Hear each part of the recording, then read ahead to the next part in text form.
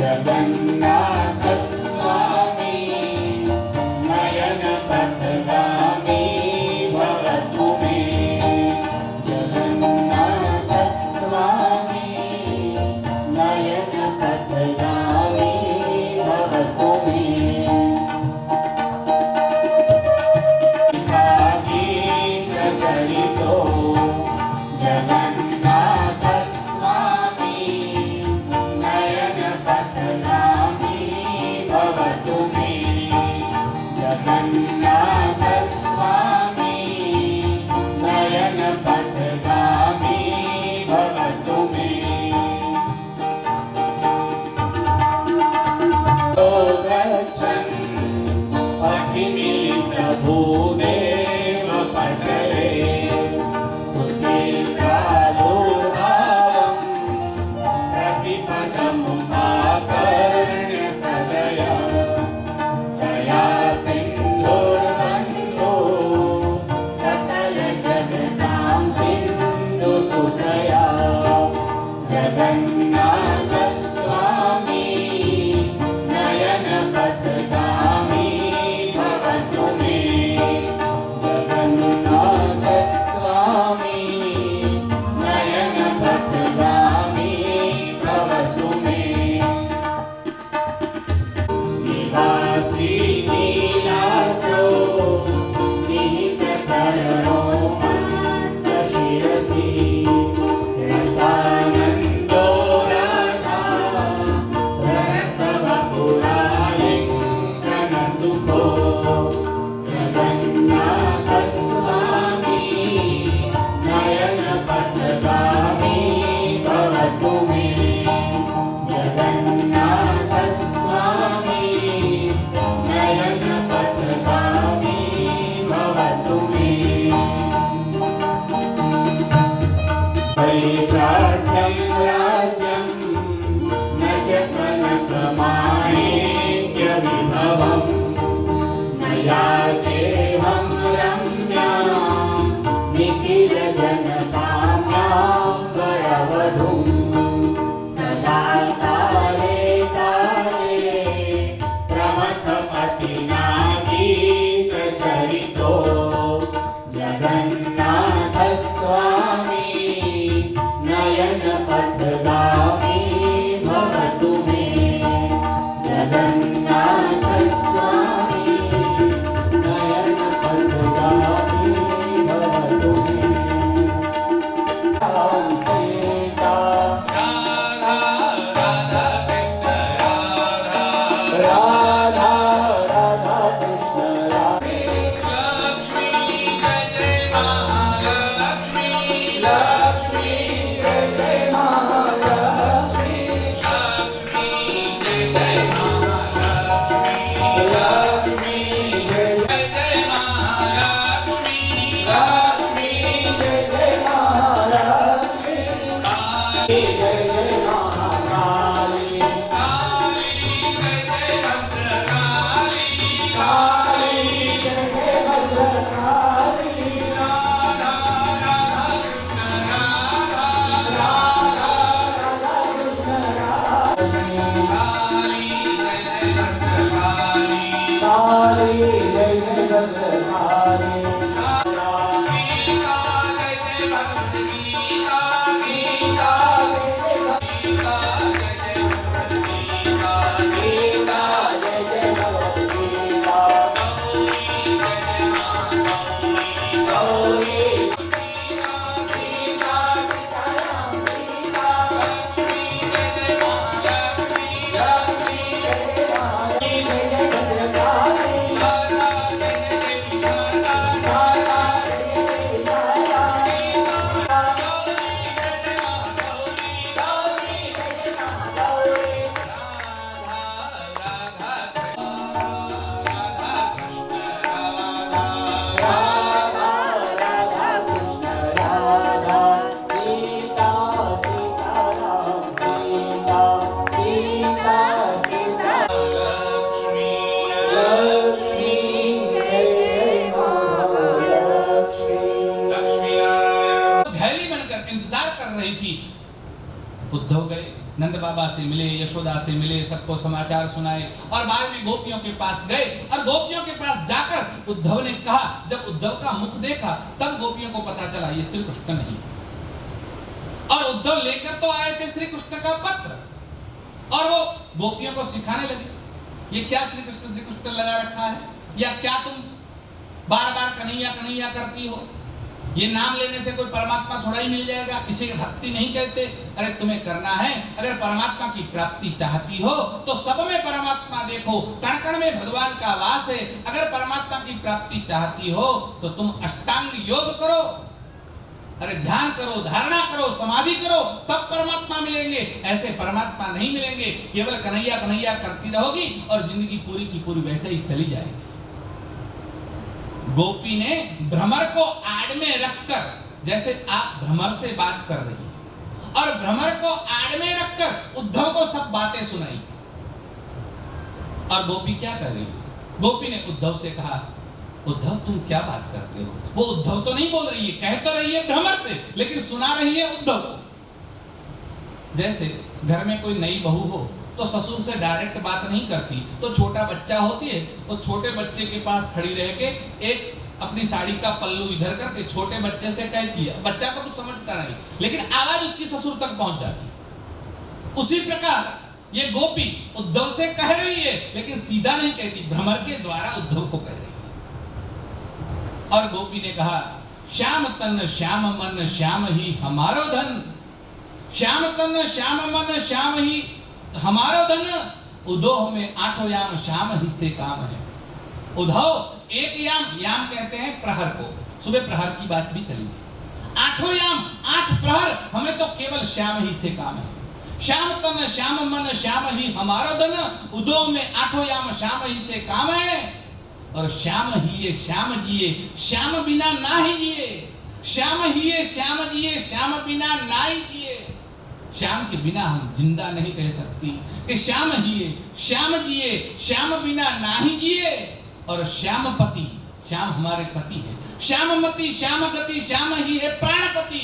श्याम हमारी गति है, श्याम हमारी मति है, श्याम ही है प्राणपति। आंधे कैसी लाकड़ी, अंधे सी की लाकड़ी, आधार श्याम नाम है। अंधे के लिए जैसे लाकड़ी अपना आधार होती है, वैसे श्याम हमारा आधार है। आधे किसी लाकड़ी, आधार श्याम नाम है। उद्धव तुम भय बोरे, पाती लेके आए दौड़े। अरे तुम तो बौरे भय हो, सखिया गए हो। उधर तुम भय बोरे, पाती लेके आए दौड़े। अरे योग कहाँ राखे, यहाँ रोम रोम श्याम है। हम योग कहाँ राखे, यहाँ तो रोम रोम में श्याम है। हमारा एक एक रोम में से श्याम श्याम श्याम श्री कृष्ण की आवाज आती है। योग हमको मत सिखाओ, जाओ तुम पढ़ो, हमको योग की आवश्यकता नहीं। ये होता है गोपी भाव। और इसलिए भगवान शंकराचार्य कहते हैं, मुदा गोपी नारी वदन कमल स्वाद मधुपह, रमा शंभु ब्रह्मा मरपति गणेशार्चित पदो, जगन्नाथ स्वामी नयन पथगामी भवतु में। जो भ्रमर की भांति गोपियों के मुख का आस्वादन करते हैं, वे कौन हैं? जो कदाचित कालिंदी के तट पर वन में खड़े रहकर संगीत में श्रेष्ठ हैं, वो कौन हैं? और रमा शंभु ब्रह्मा मरपति गणेशार्चित पदो, कौन उनके पदों की, चरणों की सेवा करता है? रमा यानी लक्ष्मी, शंभु यानी भगवान शंकर, रमा शंभु ब्रह्मा, साक्षात ब्रह्मा जी भी जिसके चरणों की सेवा करते हैं। रमा शंभु ब्रह्मा मरपति, यहाँ दूसरा पाठांतर भेद है सुरपति, अर्थात इंद्र भी जिनके चरणों की सेवा करता है। रमा शंभु ब्रह्मा मरपति गणेशार्चित पदो, और गणेश भी जिनके चरणों की वंदना करते हैं। देखिए ये सब कैसे वंदना करते हैं। अगर जगन्नाथ का इतिहास आपने पढ़ा हो तो आपको पता होगा। स्कंद पुराण में जगन्नाथ का इतिहास विस्तार से आया है। अन्य पुराणों में भी है, पद्म पुराण में आया है, नारद पुराण में है, ब्रह्मवैवर्त पुराण में है, लेकिन स्कंद पुराण के उत्कल खंड में जो पुरुषोत्तम महात्म्य है उसमें विशेषकर जगन्नाथ का महिमा आया है। ये जगन्नाथ कौन है और कैसे उनका प्रादुर्भाव हुआ, वो सब कथा स्कंद पुराण ने लिखी है। घटना ऐसी है कि जैमिनी नाम के ऋषि और जैमिनी ऋषियों के बीच आते हैं और ऋषियों के बीच बैठते हैं। जैमिनी की पूजा करके सब ऋषि उनसे पूछते हैं कि जैमिनी, आप बड़े ही ज्ञाता हैं, आप वेदों के ज्ञाता हैं, आप हमें सुनाइए कि अगले आने वाले काल में सतयुग, कलयुग, त्रेता, द्वापर सब चलता रहेगा, लेकिन ऐसी स्थिति में जीवों का कल्याण हो सके ऐसी पवित्र भूमि कौन सी है। और तब जैमिनी उत्तर देते हैं और उत्तर देते हुए कहते हैं कि आप बहुत सुंदर बात कर रहे हैं। एक बार ब्रह्मा जी ने ब्रह्मा जी ने भगवान विष्णु से यही बात पूछी और ब्रह्मा जी ने भगवान विष्णु से क्या कहा, प्रभु, जब भगवान सुबह बात आई थी प्रलय काल की, प्रलय होता है, प्रलय के बाद फिर सृष्टि होती है, इतने इतने वर्ष जाते हैं, ये सब बात आपने सुनी। तो भगवान जब महाप्रलय होता है, उसके बाद भगवान शेषशायी होते हैं, उसके बाद फिर से सृष्टि की उत्पत्ति करते हैं, तब भगवान की नाभि से कमल निकलता है जिसे हम आकाश कहते हैं। नभ एव नाभि ही, ये जो नभ है वही भगवान की नाभि है। नभ यानी आकाश।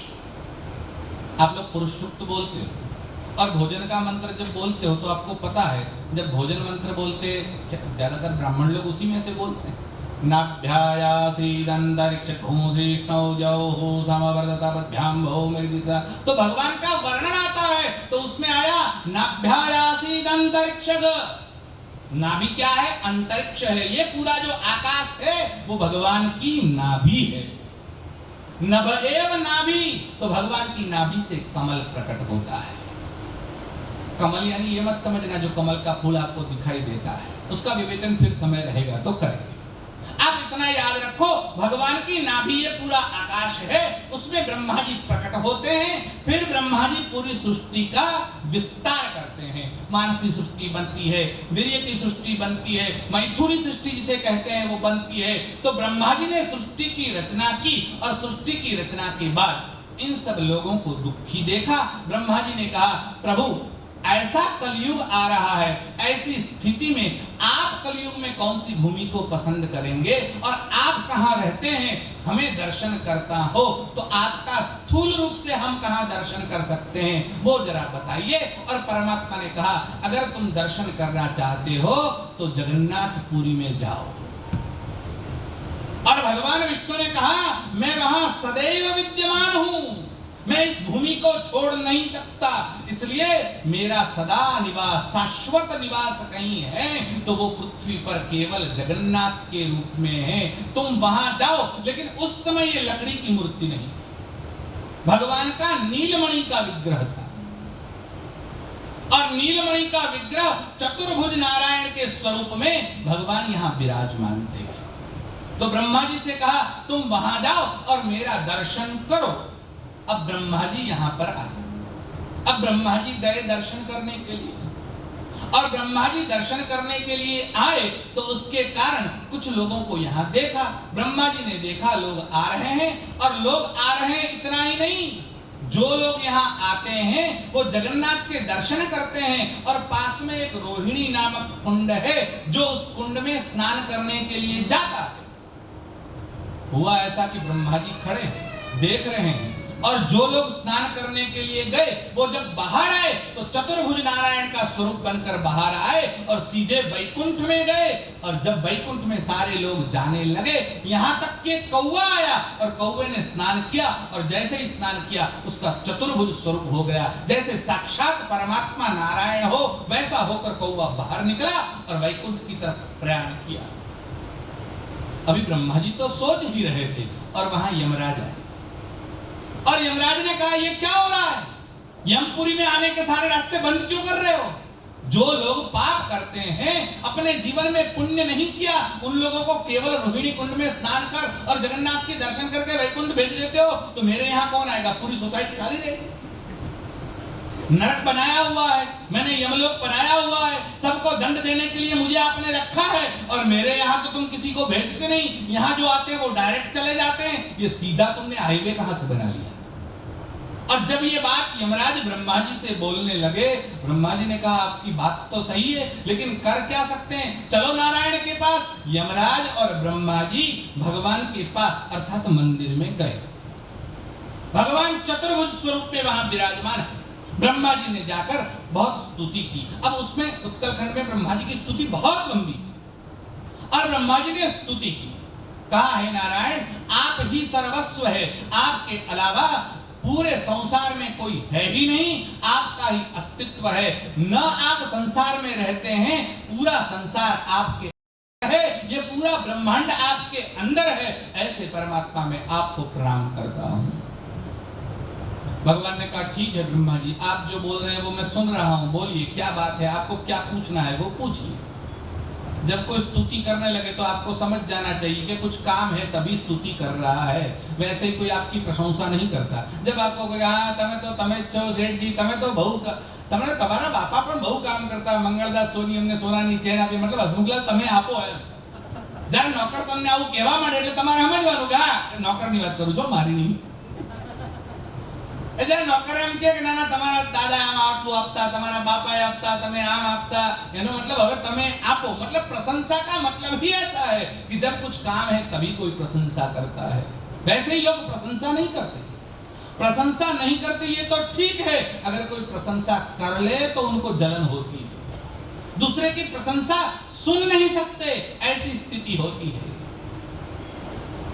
ब्रह्मा जी आप प्रशंसा कर रहे हैं, स्तुति कर रहे हैं, ठीक है, कहिए क्या कहना है। ब्रह्मा जी ने कहा प्रभु कुछ कहने के शब्द नहीं है। यमराज आए हैं, कुछ कहना चाहते हैं। यमराज ने कहा प्रभु मुझे पूछना है, आपने ये कौन सा वे बना दिया, मुझे तो आपने इसलिए रखा है कि मैं सबको दंडित कर सकूं, यमलोक में भेज सकूं, न्याय करने के लिए आपने मेरी नियुक्ति की।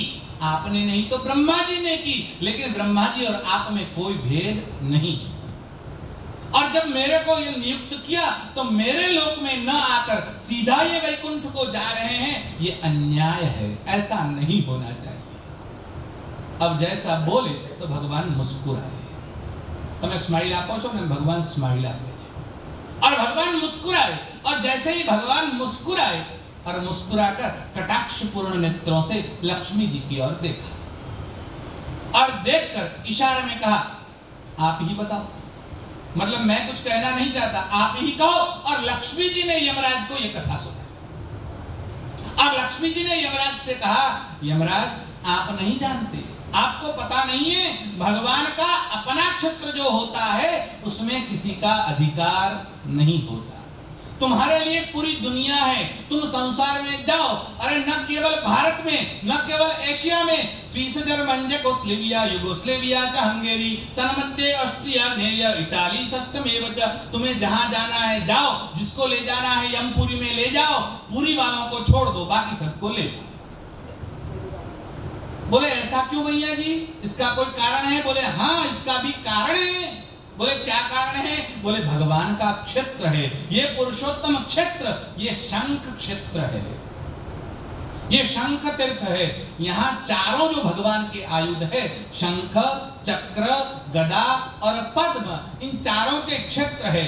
आप जहां बैठे हो ये समुद्र से मंदिर तक का भाग पूरा शंख क्षेत्र है, शंख के आकार में बना हुआ है। आप गूगल के मैप से देखेंगे तो आपको दिखाई देगा ये पूरा शंख के जैसा आकार। और शंख का जहां गर्भ होता है बीच में, उसी स्थान पर जगन्नाथ का मंदिर है। तो उस शंख क्षेत्र में जहां परमात्मा सदैव विद्यमान रहते हैं, आपको पता नहीं है यमराज, आपको इसमें आने की जरूरत नहीं है, बाकी सब लोगों को ले जाओ। यमराज ने कहा लेकिन मैया ये तो ठीक नहीं है, ये अच्छा नहीं है। बोले इसमें आपको बुद्धि लड़ाने की जरूरत नहीं, आप इसमें बीच में न पड़े। पहले भी ये बहुत सारी चर्चाएं हो चुकी हैं। भगवान साक्षात नारायण नीलमणि के रूप में यहाँ विराजमान हैं और भगवान यहाँ शाश्वत रहेंगे।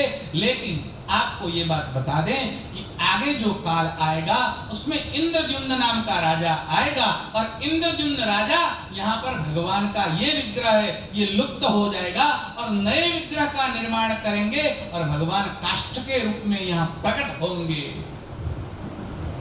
लक्ष्मी जी ने ये सारी बातें यमराज को बताई और यमराज से कहा कि भविष्य में आगे जो सतयुग आएगा उसमें इंद्रद्युम्न राजा होगा। देखिए इसमें भविष्य काल का प्रयोग है। आगे के सतयुग में इंद्रद्युम्न होगा। अब इंद्रद्युम्न कहाँ हुआ? अभी हम भूतकाल की बात कर रहे हैं, क्योंकि अब तो हो चुका है। जब कहती थी लक्ष्मी जी तब होने वाला था, और आज वो हो चुका है। हम दोनों के बीच की बात कर रहे हैं। अब लक्ष्मी जी ने कहा कि इंद्रद्युम्न नाम का राजा होगा। कहां पर? अवंती में, जिसे आप उज्जैनी नगरी कहते हो। वो उज्जैनी पूरे विश्व का केंद्र था, और उज्जैनी केंद्र होने के कारण चक्रवर्ती सम्राट के रूप में इंद्रद्युम्न नाम के महाराजा थे, और वो महाराजा पृथ्वी का पालन करते थे। वो बड़े ही विष्णु भक्त थे, भगवान की बहुत भक्ति करते थे, परमात्मा के अनन्य भक्त थे। और इंद्रद्युम्न राजा ने एक बार ऐसा विचार किया कि भगवान का साक्षात स्वरूप कहाँ मुझे देखने को मिलेगा, और भगवान का दर्शन करने के लिए वो लालायित हो रहे थे। तो उन्होंने विद्वानों की, संतों की, भक्तों की, अपने नगरजनों की एक सभा बुलवाई, और सभा को इकट्ठी करके उन्होंने कहा मुझे भगवान के दर्शन करने हैं। इस पृथ्वी पर मुझे भगवान के दर्शन कहाँ मिल सकते हैं? जरा आप कोई जानते हो तो बताओ। अब ये पूछ रहे थे, तभी एक यात्री वहां प्रविष्ट हुआ। संत जैसा दिख रहा था, एक ही वस्त्र पहना हुआ था। वो आया, एकदम खड़ा हुआ, हाथ जोड़े और बोलने लगा, महाराज मैं बता सकता हूं। बोले आप बताइए। बोले पुरुषोत्तम क्षेत्र है, और पुरुषोत्तम क्षेत्र में भगवान नीलमणि के रूप में आज भी वहां विद्यमान हैं, और इंद्रादि देव वहां रोज आते हैं और भगवान की पूजा करते हैं। मनुष्य पूजा नहीं करते, कौन करते हैं? इंद्रादि देव आते हैं और रोज भगवान की पूजा करते हैं, और वहां जो दर्शन करता है उसके पाप तो नष्ट हो जाते हैं, लेकिन यमराज भी उनकी तरफ देख नहीं सकता, वो सीधे वैकुंठ को जाते हैं। ऐसे क्षेत्र के मैंने दर्शन किए। क्या बात कर रहे हो? बोले हाँ मैंने प्रभु दर्शन किए हैं। मुझे आपसे कोई दक्षिणा की लालसा नहीं, मैं आपकी प्रशंसा के लिए नहीं कह रहा हूं, मुझे कोई सरपाव अवार्ड नहीं चाहिए। सच सच बता रहा हूं, अगर आपको चाहिए कि परमात्मा का मिलन हो, मुलाकात हो, दर्शन हो, तो आप पुरुषोत्तम क्षेत्र में जाइए, और वहां पर भगवान आपको दर्शन देंगे। और जब इंद्रद्युम्न ने यह सुना, तो इंद्रद्युम्न ने सभा में दूसरे दिन अपने मंत्रियों की मीटिंग की, और मंत्रियों से कहा कि हम सब यहाँ से चलते हैं, जिनको साथ में आना हो ले लेते हैं, और हम सब वहां जाके दर्शन करते हैं। तो उनका जो मंत्री था, उस मंत्री ने कहा नहीं नहीं ऐसा नहीं करना चाहिए। बोले क्यों? बोले हम जाएं और उसकी बात गलत निकले तो, हम जाएं और भगवान के दर्शन न हो तो उसको शंका हुई, तो क्या करना चाहिए? बोले एक काम करते हैं, मेरा भाई है, उसका नाम विद्यापति है, मैं विद्यापति को पहले भेजता हूं, वो जाए, जांच करे, और पूरी की पूरी उसकी इतिहास लेकर आए, और उसके बाद हम यहां से निकलेंगे। बोले ये भी सही है। विद्यापति को तैयार किया गया। विद्यापति रथ लेके अपने साथ कुछ सैनिकों को लेकर वो निकल पड़ा। यात्रा करते करते, घूमते घामते एकाम्र वन, जिसे आप भुवनेश्वर कहते हो, वहां पर पहुंचा। भुवनेश्वर में भगवान शंकर के दर्शन किए। वहीं से नील पर्वत दिखाई दे रहा था, और नील पर्वत जहां आप आज जगन्नाथ का मंदिर देख रहे हो, वो पर्वत था पहले, और उस पर्वत को काट भी दिया गया, और बाद में जो भूस्खलन हुआ और उसके बाद जो पानी का झंझावात आया, उसमें सब छिन्न विदीर्ण हो गया, और उसके कारण पर्वत भी आज दिखाई नहीं देता है। वस्तुतः ये मंदिर पर्वत के ऊपर बना हुआ है। विद्यापति ने नील पर्वत को देखा। वहां एक कल्प वट है, आप जाएंगे, गए होंगे, आपने देखा होगा, कल्प वृक्ष कहते हैं उसे। वो उस समय 2 योजन में फैला हुआ था। 1 योजन अर्थात 16 किलोमीटर ऐसा कहते हैं, तो वो 2 योजन में फैला हुआ था। एक ही वट 2 योजन में फैला हुआ था। ये अक्षय है, इस वट का समापन मतलब इसका निकंदन नहीं होता। ये वट ऐसा का ऐसा रहता है, बीज रूप में बचा रहता है। और विद्यापति वहां पर गए, और विद्यापति वहां पर गए, और विद्यापति उन्होंने कल्पवट के दर्शन किए। कल्पवट के दर्शन होने से पहले वो जब नील पर्वत के पास आए और आसपास देखने लगे कि कल्पवट दिख रहा है, लेकिन ऊपर पर्वत के ऊपर जाए कैसे, कोई रास्ता नहीं दिख रहा। यहाँ मंदिर होगा कि नहीं वो तो पता नहीं है, भगवान होंगे कि नहीं वो पता नहीं है, परमात्मा की मूर्ति मिलेगी कि नहीं वो पता नहीं है। क्या किया जाए? विद्यापति चिंतित थे। उसी समय उन्होंने कुछ भिल्ल लोगों को देखा। वो शबर जाति के भिल्ल थे। उन्होंने उनसे पूछा, आप कौन हैं? थोड़ी सी बातचीत हुई। उन्होंने कहा, आप आए हैं, मेहमान लगते हैं, आइए हमारे गांव में, गांव का जो मुखिया है उससे आपकी मुलाकात करवा देते हैं। ले गए और विश्ववसु नाम का उनका जो मुखिया था उनसे मुलाकात करवाई। और विश्ववसु ने विद्यापति का स्वागत किया, उनको बुलाया, उनको घर में ले गए, बिठाया, भोजन करवाया। बोले आप रात रुको, सुबह बात करेंगे। रात वो कट गई, सुबह वो उठा। उसने कहा, मैं यहाँ आया हूँ, भगवान के दर्शन के लिए आया हूँ, मुझे भगवान के दर्शन करने हैं। उसने कहा, दर्शन वर्शन तो हमें कोई पता नहीं है, हम तो जानते नहीं है यहाँ कोई भगवान है, हमको पता नहीं। अब ये तो सीआईडी के रूप में आया था, जांच करने के लिए आया था। तो विद्यापति तो वहां रुक गया, उसके घर कई दिनों तक रुका रहा। अब वो रोज देखता, सुबह रात को आधी रात का समय बीत जाता और जब वैसे ही प्रातः काल होने से पहले, આપણે કહીએ ને પરોળિયું થયું હોય કે वो समय था, એટલે 3-4 વાગ્યાનો समय था, उस समय में वो उठ जाता और विश्ववसु उठकर रात को चल पड़ता और कहीं जंगल में गायब हो जाता। और जंगल में गायब हो जाता और जब प्रातः हो जाए, सूर्य की किरणें आ जाए और सब लोग उठ जाए, वहां तक वो वापस आ जाता। और जब वो आता तो उसके साथ बहुत एक सुंदर सुगंध आती और पूरा माहौल सुगंधित हो जाता। वो जब आता तो बड़े बड़े थाल लेकर आता और उसमें प्रसाद लेकर आता और सब लोगों को प्रसाद देता। अब विद्यापति भोजन के लिए बैठा और उसके सामने प्रसाद आया, प्रसाद खाया और विद्यापति अलौकिक प्रसाद खाते ही भाव विभोर हो गया। उसने कहा, मैंने मेरी जिंदगी में ऐसा भोजन नहीं किया, ऐसा प्रसाद नहीं खाया। अरे विश्ववसु, तुम्हारे पास ये प्रसाद कहां से आता है? बोले, कहीं से आ जाता है, आप तो खाने से काम रखो, आप तो क्या लेंगे। अब घटना ऐसी हुई कि विद्यापति, ये जो विश्ववसु था उसकी एक पुत्री थी, उसका नाम ललिता था। उस ललिता के प्रेम में गिर गया। अब दोनों के बीच में प्रेम हुआ तो विद्यापति ने बिना संकोच से विश्ववसु से कहा, मैं तुम्हारी सुपुत्री से शादी करना चाहता हूं, मुझे उससे ब्याह करना है। विश्ववसु ने कहा, आप ब्राह्मण, हम शबर हैं, कह तो नहीं सकते, लेकिन आपकी इच्छा है और ललिता की इच्छा हो तो मुझे कोई दिक्कत नहीं है। ललिता से पूछा और ललिता ने कहा, मैं भी इसको चाहती हूँ। विद्यापति ने कहा, ठीक है, मैं तुम दोनों की शादी करवा देता हूँ। उन दोनों की शादी करवाई और शादी करवाने के बाद विद्यापति ने ललिता से कहा, ये तुम्हारे पिताजी आधी रात को कहाँ जाते हैं और वापस आते हैं तो सुगंध से घर भर जाता है, और ये जो प्रसाद लेकर आते हैं वो कहाँ से आते हैं।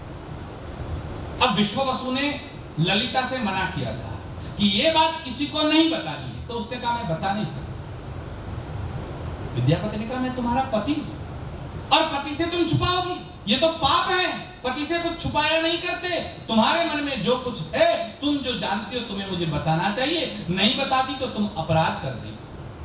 और ललिता उसकी बातों में आ गई। ललिता ने कहा, बात तो ठीक है आपकी, लेकिन आप किसी को नहीं बताओगे। बोले, हाँ ठीक है वो तो, लेकिन तुम कहो तो सही कि क्या है ये।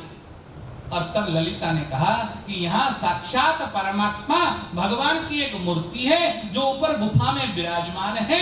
भगवान नीलमणि के रूप में साक्षात यहाँ विद्यमान है और रोज देवता लोग उनकी पूजा करने के लिए आते हैं, और वो जो प्रसाद लेकर आते हैं वही प्रसाद मेरे पिताजी वहां से लेकर आते हैं। और देवता जो पुष्प लेकर आते हैं, उस पुष्प की मालाएं मेरे पिताजी लेकर आते हैं। वो देवता जो पूजा करके जाते हैं, वो केवल मेरे पिताजी जानते हैं। उस मूर्ति का दर्शन हमने भी कभी नहीं किया है, केवल विश्ववसु उसकी पूजा करता है।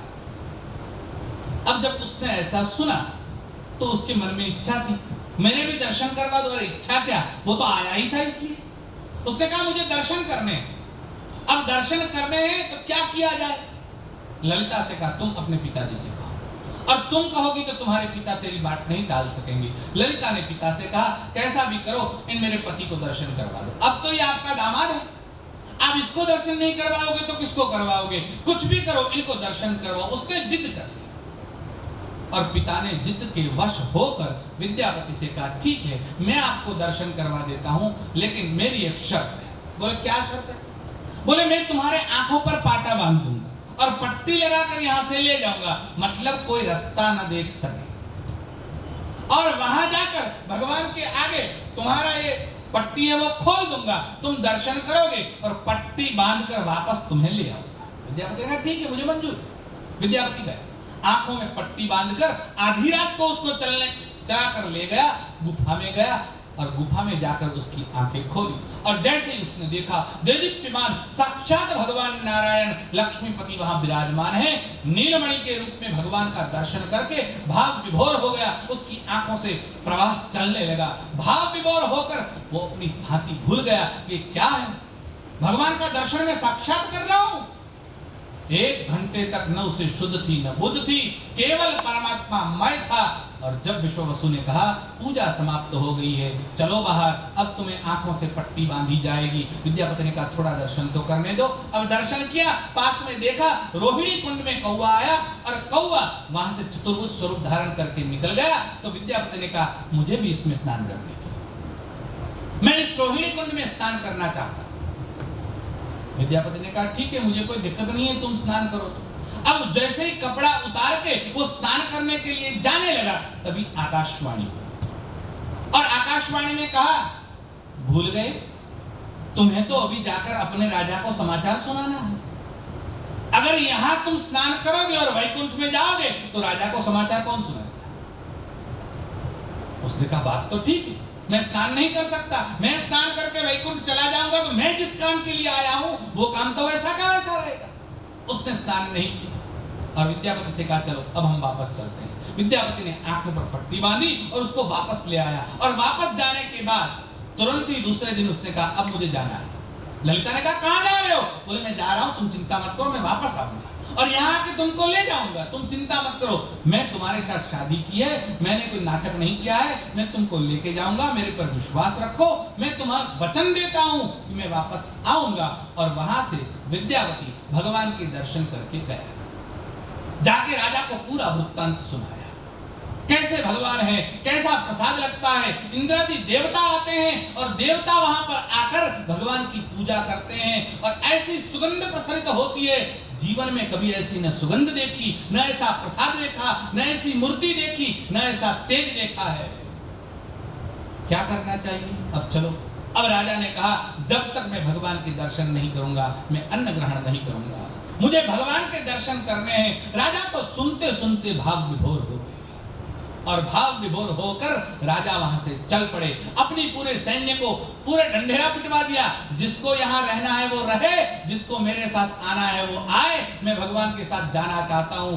और नगर में से आधा नगर खाली हो गया, सारे के सारे लोग राजा के साथ चल पड़े।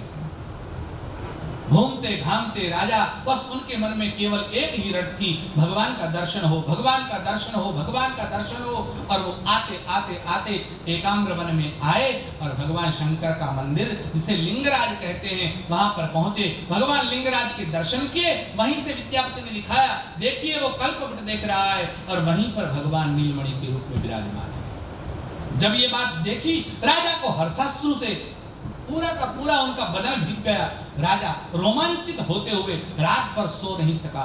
सुबह सब उठे, वहां से निकले, नील पर्वत के पास आए और जैसे ही पहुंचने गए आंधी शुरू हो गई। आंधी और तूफान शुरू हुआ और आंधी में इतनी आंधी आई कि रेती से पूरा पहाड़ ढक गया। भगवान की मूर्ति वहां से लुप्त हो गई, भगवान दिखने अदृश्य हो गए। और वहां पर राजा इंद्रद्युम्न पहुंचे और राजा इंद्रद्युम्न आए, बोले कहां पर जाना है? विद्यापति ने कहा मेरे पास चलो, मैं आपको रास्ता दिखाता हूं। अब विद्यापति ने क्या किया कि जब उसको विश्ववसु लेकर गया तो उसने ललिता से कहा मुझे सरसव के दाने एक मुट्ठी दे दो। उसने सरसव के दाने ले लिए और जेब में रख लिए। अब आंखों पर तो पट्टी बांधी थी, तो रास्ते में वो जहां जहां चलता था थोड़ी थोड़ी देर के बाद सरसव के दाने डालता जाता। अब 1 महीने के बाद आए, तब तक वो सरसव बड़े हो गए थे और उस पर पीले फूल आ गए थे, तो उसको पूरा रास्ता मिल गया कि कैसे जाना है। और सरसव के फूल जहां जहां लगे हुए थे उस रास्ते को देखते हुए गुफा तक पहुंच गए। और जब गुफा में देखता है तो क्या देखता है? अंदर भगवान नहीं है। विश्ववसु वहां है।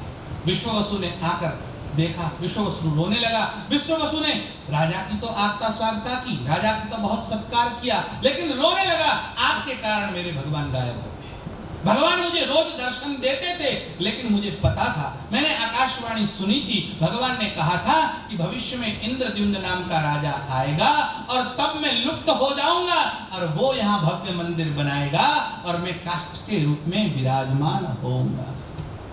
अब लगता है यही सत्य होने जा रहा है। देखिए, लक्ष्मी जी यमराज को बता रही है कि यह होने वाला है, और लक्ष्मी जी ने कहा यमराज से कि यमराज, बात ऐसी है कि पूर्व काल में जब प्रलय हुआ, और जब प्रलय होता है तो क्या होता है, पहले अग्नि शुरू होता है, और जब अग्नि चारों ओर आग लग गई और सारे लोग भस्मीभूत होने लगे, कोई नहीं बचा, और तब सब लोग भागने लगे, तब अग्नि मार्कंडेय ऋषि के पास पहुंचा, और मार्कंडेय नाम के मुनि वो भागने लगे आग से बचने के लिए और भगवान से प्रार्थना करने के लिए। और जब भगवान से प्रार्थना कर रहे थे तभी बारिश शुरू हुई, अग्नि शांत हो गया और जल प्रपात बढ़ गया। इतना जल बढ़ा, इतना जल बढ़ा, इतना जल बढ़ा, चारों ओर पानी पानी हो गया, पूरी पृथ्वी पानी में डूबने लगी। और जब पृथ्वी पानी में डूबने लगी और मार्कंडेय मुनि उसमें गोते खाने लगे, जल में डूब रहे, वापस आ रहे, डूब रहे, वापस आ रहे, और गोते लगाते लगाते मार्कंडेय मुनि भगवान की प्रार्थना कर रहे हैं, हे प्रभु मुझे बचाओ। देखिए, बचाओ कहने की वैसे उनको जरूरत नहीं थी। क्यों? क्योंकि ये मार्कंडेय मुनि ऐसे हैं जिन्होंने भगवान से वरदान प्राप्त किया था और भगवान प्रसन्न हुए और भगवान ने कहा मांगो क्या चाहिए। तब मार्कंडेय ने मांगा था कि मुझे 7 कल्प तक का आयुष्य चाहिए। कल्प नहीं, 2 कल्प नहीं, 7 कल्प तक की आयु चाहिए। अब मार्कंडेय 7 कल्प तक जिंदा रहे, लेकिन जब प्रलय होता है, 7 कल्प में प्रलय होने वाला और 7 बार यही स्थिति होगी, ये मार्कंडेय को पता नहीं था। ऐसी स्थिति में भी जीवित तो रहना है क्योंकि आयु तो है, इसलिए उनको मार तो कोई सकता नहीं, भगवान का वरदान है। लेकिन गोता खाने लगे और भगवान को याद करने लगे, कष्ट हो रहा है, क्या किया जाए। और जब मार्कंडेय गोता खाने लगे, भगवान को प्रार्थना करने लगे और खींचते खींचते पानी में, समंदर में बढ़ते बढ़ते बढ़ते पुरुषोत्तम क्षेत्र तक आ पहुंचे। और मार्कंडेय मुनि जब यहाँ पर आए और मार्कंडेय मुनि सामने देखते हैं तो क्या देखते हैं, एक टापू है और द्वीप के ऊपर थोड़ी सी भूमि है, एक पहाड़ है और उसके ऊपर एक वटवृक्ष खड़ा है। वटवृक्ष के ऊपर देखा और मार्कंडेय क्या देखते हैं, साक्षात लक्ष्मी नारायण भगवान लक्ष्मी जी के साथ वहां पर दर्शन दे रहे हैं। मार्कंडेय ने पानी में पड़े पड़े दंडवत प्रणाम किया और भगवान से कहा, अरे प्रभु आपके दर्शन हो रहे हैं, मैं क्या देख रहा हूं, चारों ओर पानी है, कोई बचा नहीं है, फिर ये कैसे बचा हुआ है। अभी इतना ही देखते थे, तभी वटवृक्ष के एक पन्ने में बाल मुकुंद के दर्शन हुए। आप लोग बोलते हैं ना, करारविंदे न पदारविंदम मुखारविंदे विनवेशयन्तम वटस्य पत्रस्य पुटे शयानं बालं मुकुंदम मनसा स्मरामि। वट के पत्र के ऊपर बाल मुकुंद भगवान श्री कृष्ण उसके ऊपर शयन कर रहे हैं, बैठे। छोटे से बाल मुकुंद के स्वरूप में भगवान ने दर्शन दिया और बाल मुकुंद को देखकर हर्षाश्रु उनके आंखों से निकल पड़े। भगवान को देखा, प्रणाम किया और सोचने लगे मार्कंडेय, कुछ समझ में नहीं आ रहा है, चारों ओर पानी है, अकेला बच्चा कैसे हो सकता है, ये नारायण ही और कोई हो ही नहीं सकता। अभी नारायण के दर्शन हुए और अभी ये बाल मुकुंद दिख रहे हैं। अभी तो कुछ सोच रहे थे, प्रभु मेरी रक्षा करो, प्रभु ये क्या है, ये तुम्हारी माया है या और कुछ है।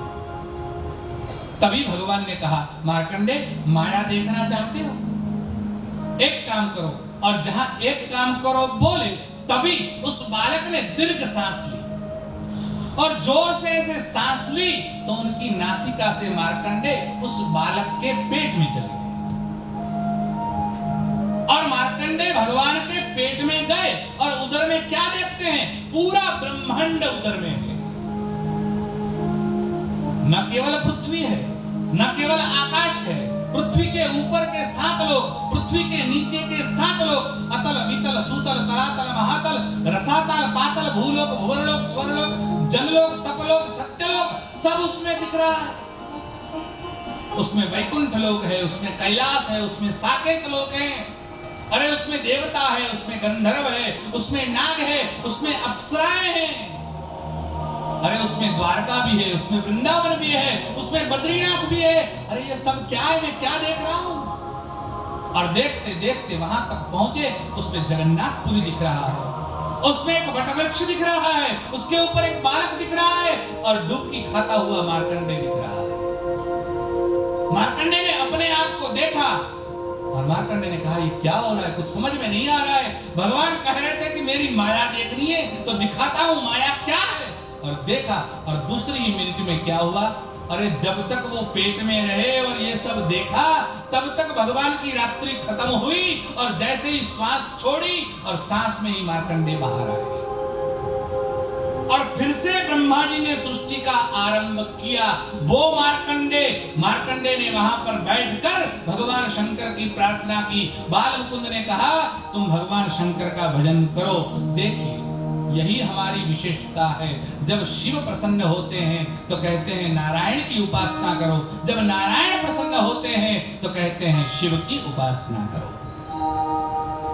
भगवान ने कहा तुम शिव की उपासना करो और मार्कंडे ने कल्पवट के नीचे बैठकर भगवान शंकर का स्तवन किया और साक्षात नारायण के सामने भगवान शिव प्रकट हुए और भगवान शिव को देखकर उनको प्रणाम किया और शिवलिंग की स्थापना की। उसी का नाम मार्कंडेश्वर महादेव है। पुरी में आज भी मार्कंडेश्वर महादेव है। न केवल एक महादेव है, हाँ पुरी में 8 महादेव है, छोटे बड़े बहुत महादेव है, लेकिन भगवान शिव 8 स्वरूपों में पुरी में विद्यमान है। उसमें सबसे जो पहले है उसका नाम मार्कंडेश्वर महादेव है। जहां यमराजा ने स्थापना की वो यमेश्वर महादेव है, जहां ब्रह्मा जी ने स्थापना की वो ब्रह्मेश्वर महादेव है। लक्ष्मी जी ने कहा यमराज मार्कंडे ने यहां मार्कंडेश्वर की स्थापना की और मार्कंडे के सामने भगवान शिव ने कहा कि ये भगवान का सदैव रहने वाला क्षेत्र है, इसलिए यहाँ यम का प्रवेश वर्जित है। इसलिए आप ये आशा न रखें, आप अपने धाम में जाइए। भविष्य में जब इंद्रद्युम्न मंदिर बनाए तब इसका ध्यान रखना कि पुरी में जो दर्शन करते हैं और रोहिणी कुंड में स्नान करते हैं उनको यमलोक में तुम मत ले जाना। और इसी बात को लेकर इंद्रद्युम्न यहाँ पर आए लक्ष्मी जी की भविष्यवाणी को लेकर, और शबरों के राजा विश्ववसु ने कहा कि हमें तो आकाशवाणी सुनाई दी थी कि भगवान लुप्त होंगे और इंद्रद्युम्न राजा आएंगे, इसलिए ये अपेक्षित है कि आप आएंगे। अब इंद्रद्युम्न ने कहा क्या करना चाहिए? बोले महाराज क्या करें, भगवान तो लुप्त हो गए हैं। उन्होंने भगवान को प्रार्थना की, प्रभु मैंने तो प्रार्थना की है कि जब तक तुम्हारे दर्शन नहीं होंगे मैं अनाज नहीं लूंगा, तो क्या किया जाए? तभी नारद जी वहां पर पहुंचे और नारद जी ने कहा राजा चिंता मत करो, भगवान तुम्हें दर्शन देंगे, तुम्हें चिंता करने की आवश्यकता नहीं। कैसे देंगे दर्शन? अरे भगवान दर्शन देंगे, अभी तुम रुको, भगवान की प्रार्थना करो। और जैसे ही राजा ने प्रार्थना की, प्रार्थना करते करते राजा सो गया और सोते ही स्वप्न में भगवान ने दर्शन दिए। भगवान ने स्वप्न में दर्शन दिए और भगवान ने राजा इंद्रद्युम्न से कहा इंद्रद्युम्न तुम्हें साक्षात दर्शन अभी नहीं होंगे, स्वप्न में दर्शन पा लिए, इसलिए सुबह उठकर भोजन कर लेना। और दूसरी बात, तुम यहाँ 1000 अश्वमेध यज्ञ करो और 1000 अश्वमेध के बाद यहाँ पर मेरा प्राकट्य होगा और मैं लकड़ी के रूप में आऊंगा, वृक्ष के रूप में तुम्हारे सामने आऊंगा। ये काष्ठ केवल लकड़ी नहीं होगी, ये मेरा स्वरूप होगा और उसमें से तुम मूर्ति बनाकर मेरी स्थापना करो। इंद्रद्युम्न गदगदित हुआ, सुबह उठा, नारद जी से बताया, मैंने ऐसा स्वप्न देखा है। नारद जी ने कहा ठीक देखा है। इंद्रद्युम्न ने अश्वमेध यज्ञ करने की संकल्प किया, 1000 अश्वमेध करने के लिए बैठा और 999 अश्वमेध यज्ञ पूरे हो गए। अब समय कितना गया होगा वो आप अंदाजा लगा सकते हैं। इतने समय में 999 अश्वमेध यज्ञ किए इंद्रद्युम्न ने। आखिरी यज्ञ होने वाला है, आखिरी यज्ञ की दीक्षा ली, बैठ गया, ब्राह्मण आ गए, विद्वान पंडित सब कर रहे हैं, सारी तैयारियां हो चुकी है और यज्ञ अपनी गति से बढ़ रहा है, बढ़ रहा है, बढ़ रहा है। अब पूर्णाहुति की और जब यज्ञ बढ़ रहा है तब क्या हुआ? इंद्रद्युम्न ने दीक्षा लेकर पद्मासन लगाकर ध्यानस्थ अवस्था में बैठा और ध्यान में भगवान ने दर्शन दिए। और जैसे ही भगवान के दर्शन हुए तभी आकाशवाणी हुई और आकाशवाणी ने कहा, कल मैं काष्ठ के रूप में प्रकट होऊंगा। और दूसरे दिन सुबह समुद्र के किनारे पर एक बड़ा सा वृक्ष के रूप में भगवान अवतीर्ण हुए। इंद्रद्युम्न सुबह उठे, उठते ही उनके सेवक दौड़ते हुए आए और कहा, समुद्र के किनारे पर एक बहुत बड़ा वृक्ष आया है, उसमें से बहुत सुंदर सुगंध आ रही है। बोले भगवान ने दर्शन दिए थे, भगवान ने कहा था मैं इसी प्रकार से आऊंगा और इस वृक्ष पर तुम देख लेना, शंख चक्र गदा पद्म के निशान होंगे, तुम उसको जान लेना। नारद जी सहित इंद्रद्युम्न पूजा की सामग्री लेकर ब्राह्मणों के साथ वहां पर गए, समुद्र के किनारे गए, उस काष्ठ को देखा और देखते ही गदगदित होकर दंडवत प्रणाम किया, उसका पूजन किया और पूजन करके कहा, इसको काटे कैसे जाए? नारद जी ने कहा, तुम अपने हाथों से काटो। और इंद्रद्युम्न के हाथ में कुल्हाड़ी दी, इंद्रद्युम्न ने अपने हाथों से इस वृक्ष को काट कर लिया है। बहुत बड़ा भारी वृक्ष था, उसको काट कर लिया। अब कहा क्या करना चाहिए? अब इसका मूर्तियां कैसे बनाई जाए, प्रतिमा कैसे बने, विग्रह कैसे बने? अब कारीगर कहां से लाया जाए? बहुत सारे कारीगरों को बुलवाया गया, स्थापत्य के जो जानकार थे वो सब आए, उन्होंने देखा, सबने मना किया, हम नहीं बना सकते, हम नहीं बना सकते, हम नहीं बना सकते। इंद्रद्युम्न से कहा, ये तो सब आते हैं, सब मना कर रहे हैं, अब भगवान का विग्रह कैसे बनेगा? नारद जी ने कहा, चिंता मत करो, वो भी व्यवस्था भगवान करेंगे।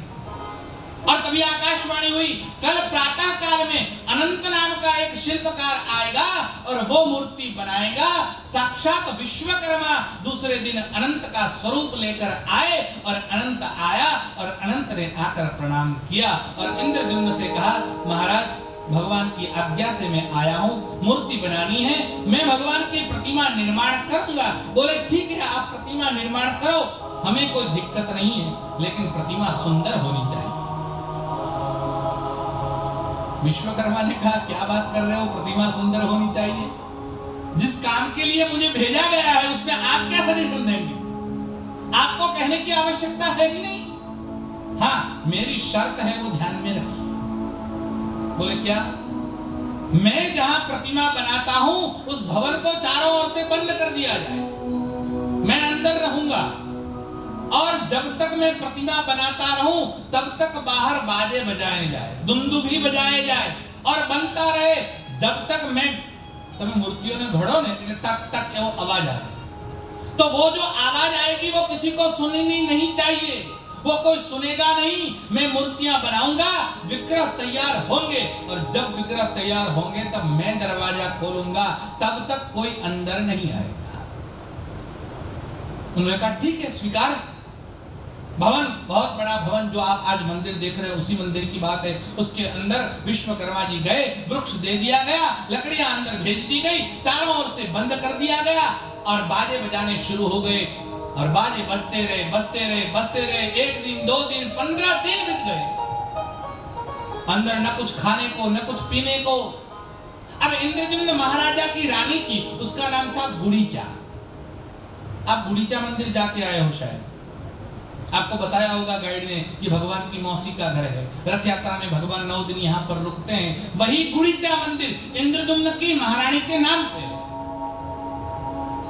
गुड़ीचा महारानी ने इंद्रद्युम्न से कहा, अब वो कारीगर अकेला बेचारा अंदर गया, उसको खाने पीने का कुछ नहीं दिया और 15 दिन हो गए, वो मर तो नहीं गया अंदर, कोई आवाज तो आ नहीं रही है, कुछ सुनाई तो देता नहीं है। बार बार दीवार पर जाकर सुनने की कोशिश करते हैं लेकिन कुछ सुनाई नहीं दे रहा है। अब क्या किया जाए? रानी ने कहा कुछ भी करो, कुछ ना कुछ हुआ है, दरवाजे खोलो। महाराजा ने कहा नहीं नहीं, ऐसा नहीं करना चाहिए। उसने शर्त रखी थी, बोले भले ही शर्त रखी हो लेकिन क्या कितना काम हुआ हमें देखना तो चाहिए। भगवान का मंदिर बनाने के लिए, विग्रह बनाने के लिए हम इतने वर्षों से तप कर रहे हैं, इतने अश्वमेध यज्ञ किए हैं, और अब अगर भगवान के विग्रह नहीं बने तो कैसा हो? रानी की बातों में आकर महाराजा ने कहा ठीक है, दरवाजे खोलो। और जैसे ही दरवाजे खोले, क्या देखते हैं? अंदर कोई नहीं, अनंत गायब है, मूर्ति बनाने वाला गायब है, और भगवान की मूर्तियां बनकर तैयार हुई है लेकिन हाथ नहीं बने हैं, पैर नहीं बने हैं, आंखें तो हैं, मुंह तो है लेकिन कान नहीं। अब मूर्तियां आप सबने देखी होगी, आपने शायद देखा होगा ध्यान से, हाथ नहीं है, पैर नहीं है, कान नहीं है। अब आधी मूर्तियां बनी हुई है, अब आधी बनी है, आधी बाकी है। और इंद्रद्युम्न ने मूर्तियों को देखा और मूर्छा आ गई, एकदम नीचे गिर गया। सब लोग इकट्ठा हुए, क्या हुआ क्या हुआ? इंद्रद्युम्न को जगाया गया और थोड़ी देर के बाद सभान अवस्था में आने के बाद उसने कहा अरे रे, मैंने ये क्या कर डाला, मैंने ये पाप किया, भूल कर दी, ऐसी मूर्तियां तैयार हुई। मैं तो चाहता था भगवान की देदीप्यमान प्रतिमा बने, और भगवान के तो हाथ ही नहीं है, भगवान के तो पैर ही नहीं है, भगवान के तो कान ही नहीं है, ऐसी मूर्तियां कैसे बनाई? अब क्या करना चाहिए? नारद जी ने कहा चिंता मत करो, ये तुमको पता नहीं है, ये राज मुझको पता है। और नारद जी ने कहा मैं राज जानता हूं, वो राज मैं तुमको बताता हूं कि भगवान की मर्जी से ये मूर्तियां बनी हैं। वो बात हम आगे करेंगे, एक भजन करते हैं और आगे की कथा का अनुसंधान करते हैं। जगन्नाथ भगवान की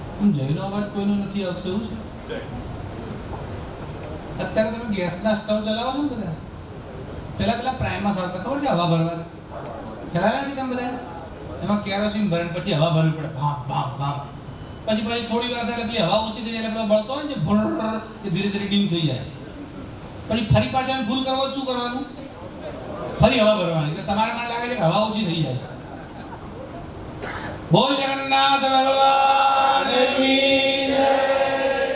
नमः पार्वती पते हर हर महादेव। भगवान की जो प्रतिमाएं बनी, इसका राज नारद जी जानते हैं। नारद जी इंद्रद्युम्न के गुरु बनकर आए, संशय का निवारण गुरु करते हैं और इसीलिए गुरु की आवश्यकता होती है। आजकल की बात अलग है, गुरु लोभी और चेला लालची, दोनों पड़े पत्थर की नाव। तैरने के लिए समुद्र में गए और पत्थर की नाव लेकर गए तो क्या होगा? खुद तो डूबेंगे, दूसरे को भी ले डूबेंगे। उड़िया बाबा जी महाराज वृंदावन में हुए, आपने शायद नाम सुना होगा। एक आदमी आया और उड़िया बाबा से कहने लगा, बाबा ये गुरु सदगुरु क्या लगा रखा है सब? बाबा ने कुछ ध्यान ही नहीं दिया। दूसरी बार पूछा, बाबा ये गुरु गुरु क्या होता है, ये सदगुरु क्या होता है, क्या जरूरत है इस सब की? बाबा नहीं बोले।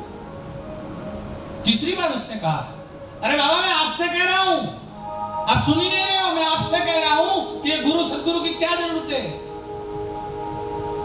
बाबा ने कहा, क्यों, क्या काम है? बोले जानना चाहता हूं, बस इसीलिए गुरु की जरूरत है।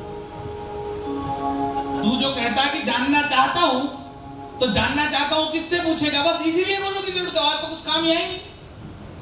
यही होता है और इसीलिए गुरु की आवश्यकता होती है।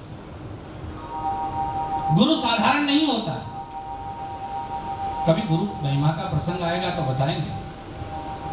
भगवान आपको जो बताना चाहता है, वो जो देना चाहता है, जिस मार्ग पर ले जाना चाहता है, वो किसी को माध्यम बनाता है, तो उसमें उत्तम माध्यम गुरु है। लोग को गुरु बनावे छे, ये तो ठीक है, पण आजकल तो लोग गुरु ने बनावे छे। गुरु ने बनावे ત્યાં સુધી, पहला गुरु बनावे ત્યાં સુધી ठीक है, मैं फलाना गुरु बनाया छे, पण હવે तो गुरु ने ज बनावे। गुरु पथ प्रदर्शक है।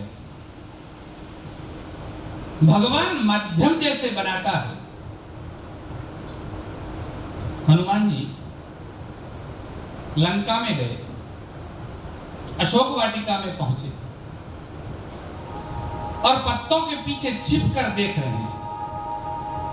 और छिप कर क्या देखा उन्होंने?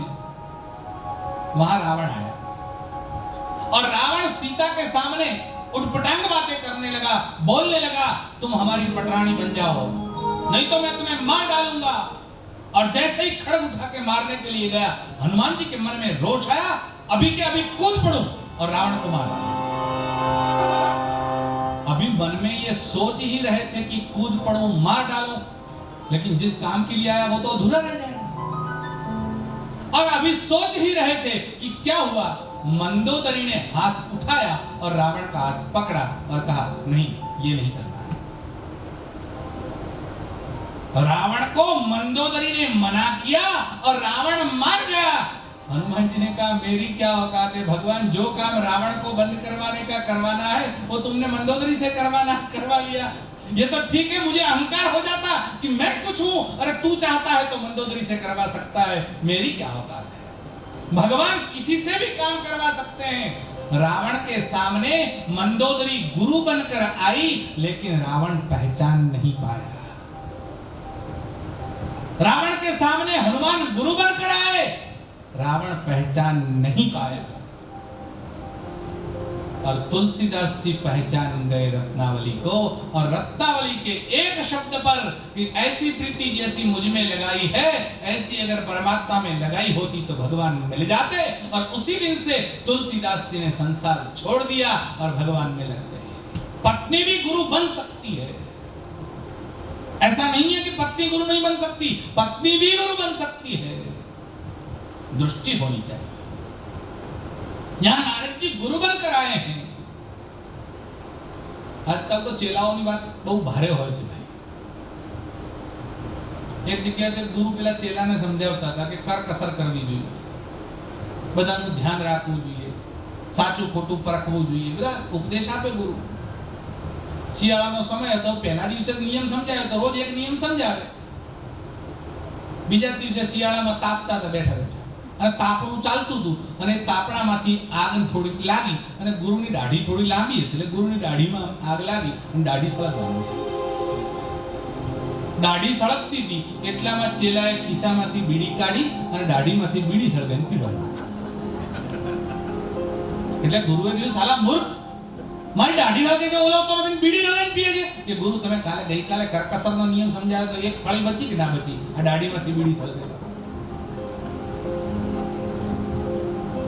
शिष्य भी किसी को नहीं बनाना चाहिए और किसको बनाना चाहिए ये परख कर बनाना चाहिए।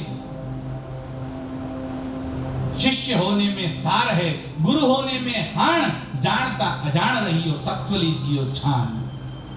हर किसी को गुरु नहीं बनाना ये तो ठीक है, लेकिन हर किसी को शिष्य भी नहीं बनाना है। नहीं तो शिष्य ऐसा काम करके आएगा तो 4 डंडे शिष्य को पड़ेंगे तो 2 गुरु को भी पड़ेंगे।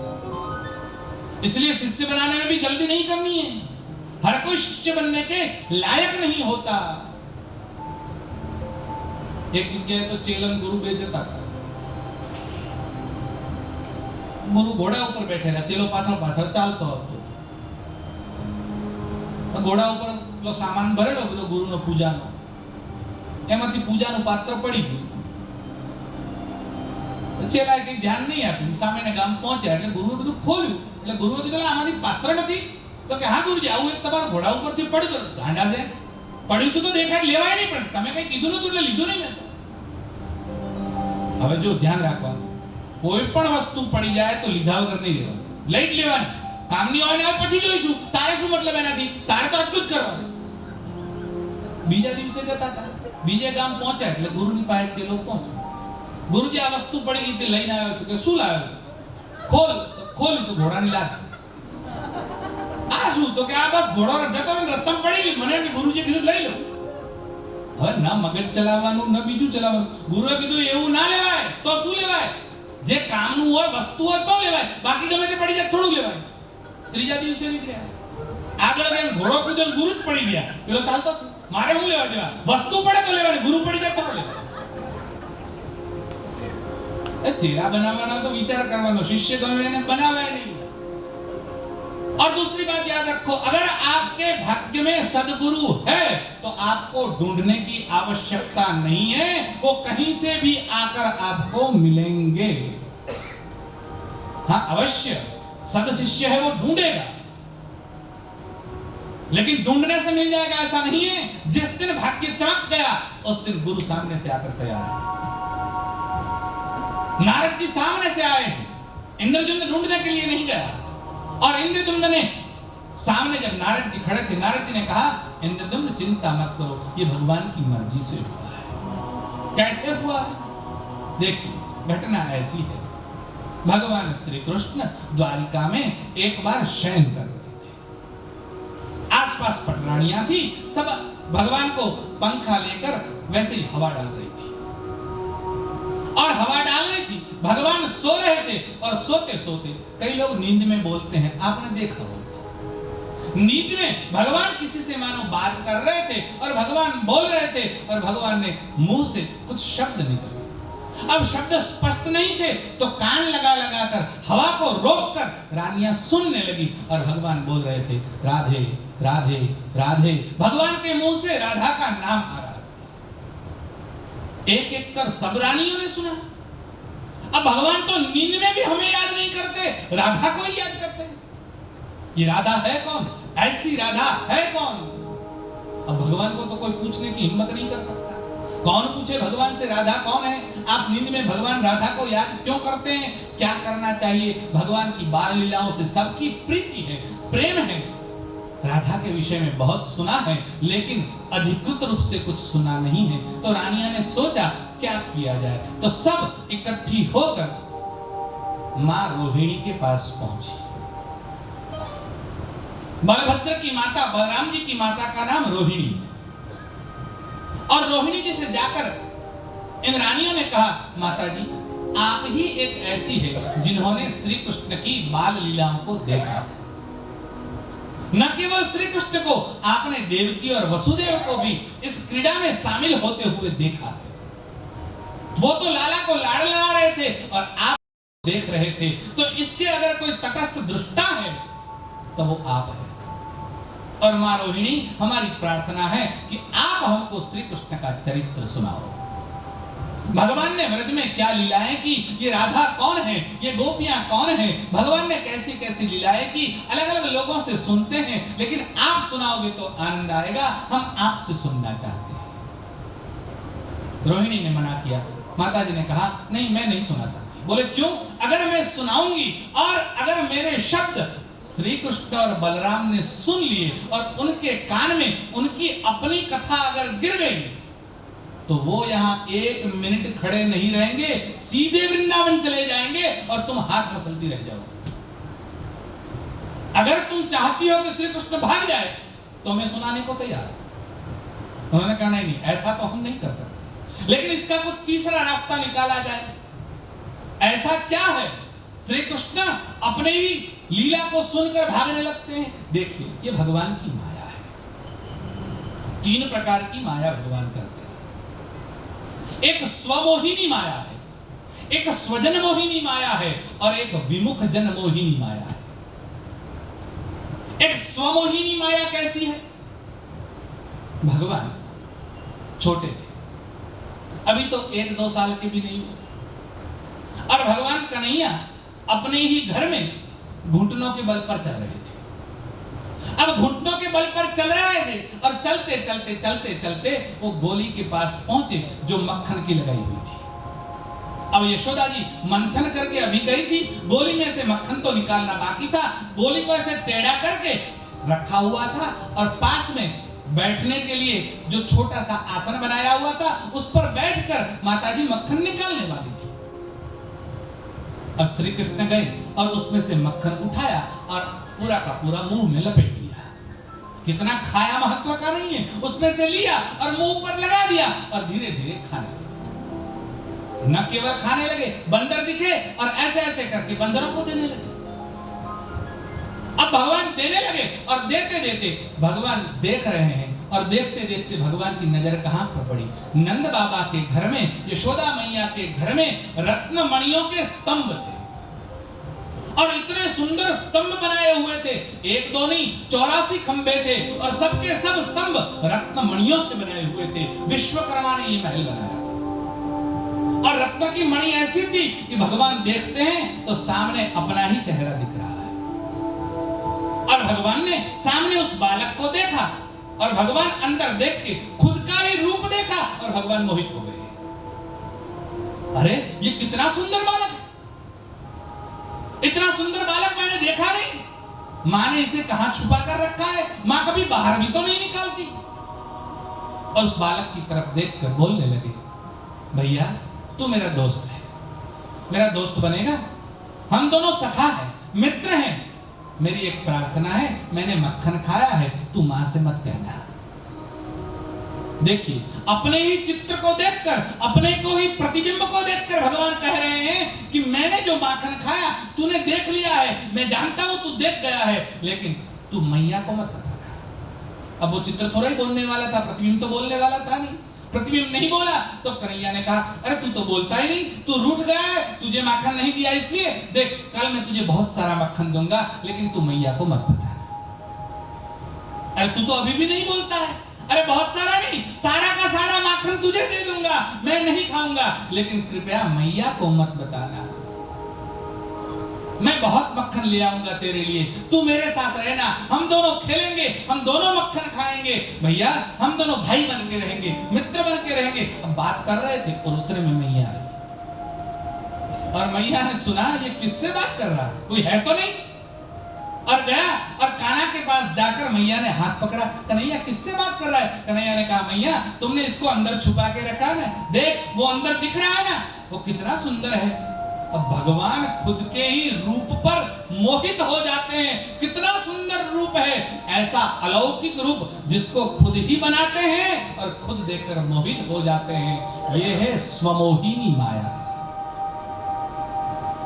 भगवान स्वयं देखते हैं, आहा मेरा रूप कैसा है।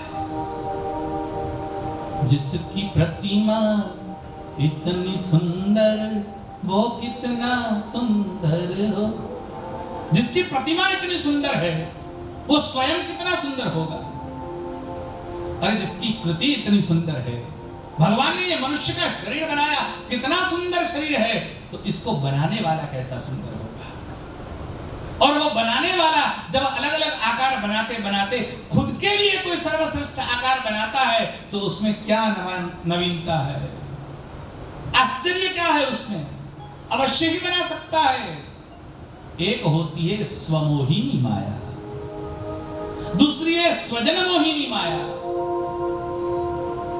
गोपियों के बीच में भगवान रास खेल रहे थे, और गोपियों को अभिमान हुआ, श्री कृष्ण हमारे साथ खेल रहे हैं, हम कितनी सुंदर हैं, तो भगवान हमारे साथ खेलने के लिए आते हैं। भगवान दूसरों के साथ नहीं गए, हमको ही क्यों बुलाया? हमारे बिना उनकी भी तो नहीं चलती है, इसलिए हम में कुछ है, इसीलिए भगवान आए हैं। और जैसे ही गोपियों को अहंकार हुआ, भगवान अदृश्य हो गए। और अदृश्य हो गए तो गोपियों को विरह हुआ, और विरह के कारण गोपियां छटपटाने लगी। और जब गोपियां छटपटाने लगी, तब गोपियां चलती थी, ढूंढ रही थी श्री कृष्ण को। और जब राधा बिल्कुल विरहाकुल हो गई, मूर्छित हो गई, अब क्या किया जाए? तब भगवान ने गोपियों के सामने, जहां ढूंढ रही थी कुंज गली में, तो गली में एक कुंजन में जाकर भगवान ने चतुर्भुज स्वरूप धारण किया और नारायण के रूप में भगवान प्रकट हुए। गोपियों ने नारायण को देखा और गोपी दौड़ती हुई गई राधा के पास और राधा से कहा, अरे चतुर्भुज नारायण आए हैं, भगवान विष्णु आए हैं, साक्षात नारायण आए हैं, आओ आओ राधा। और मूर्छित में से राधा खड़ी हुई और राधा ने कहा, मुझे नारायण का कोई काम नहीं है, मुझे तो श्री कृष्ण का काम है, नारायण की क्या यहां जरूरत है?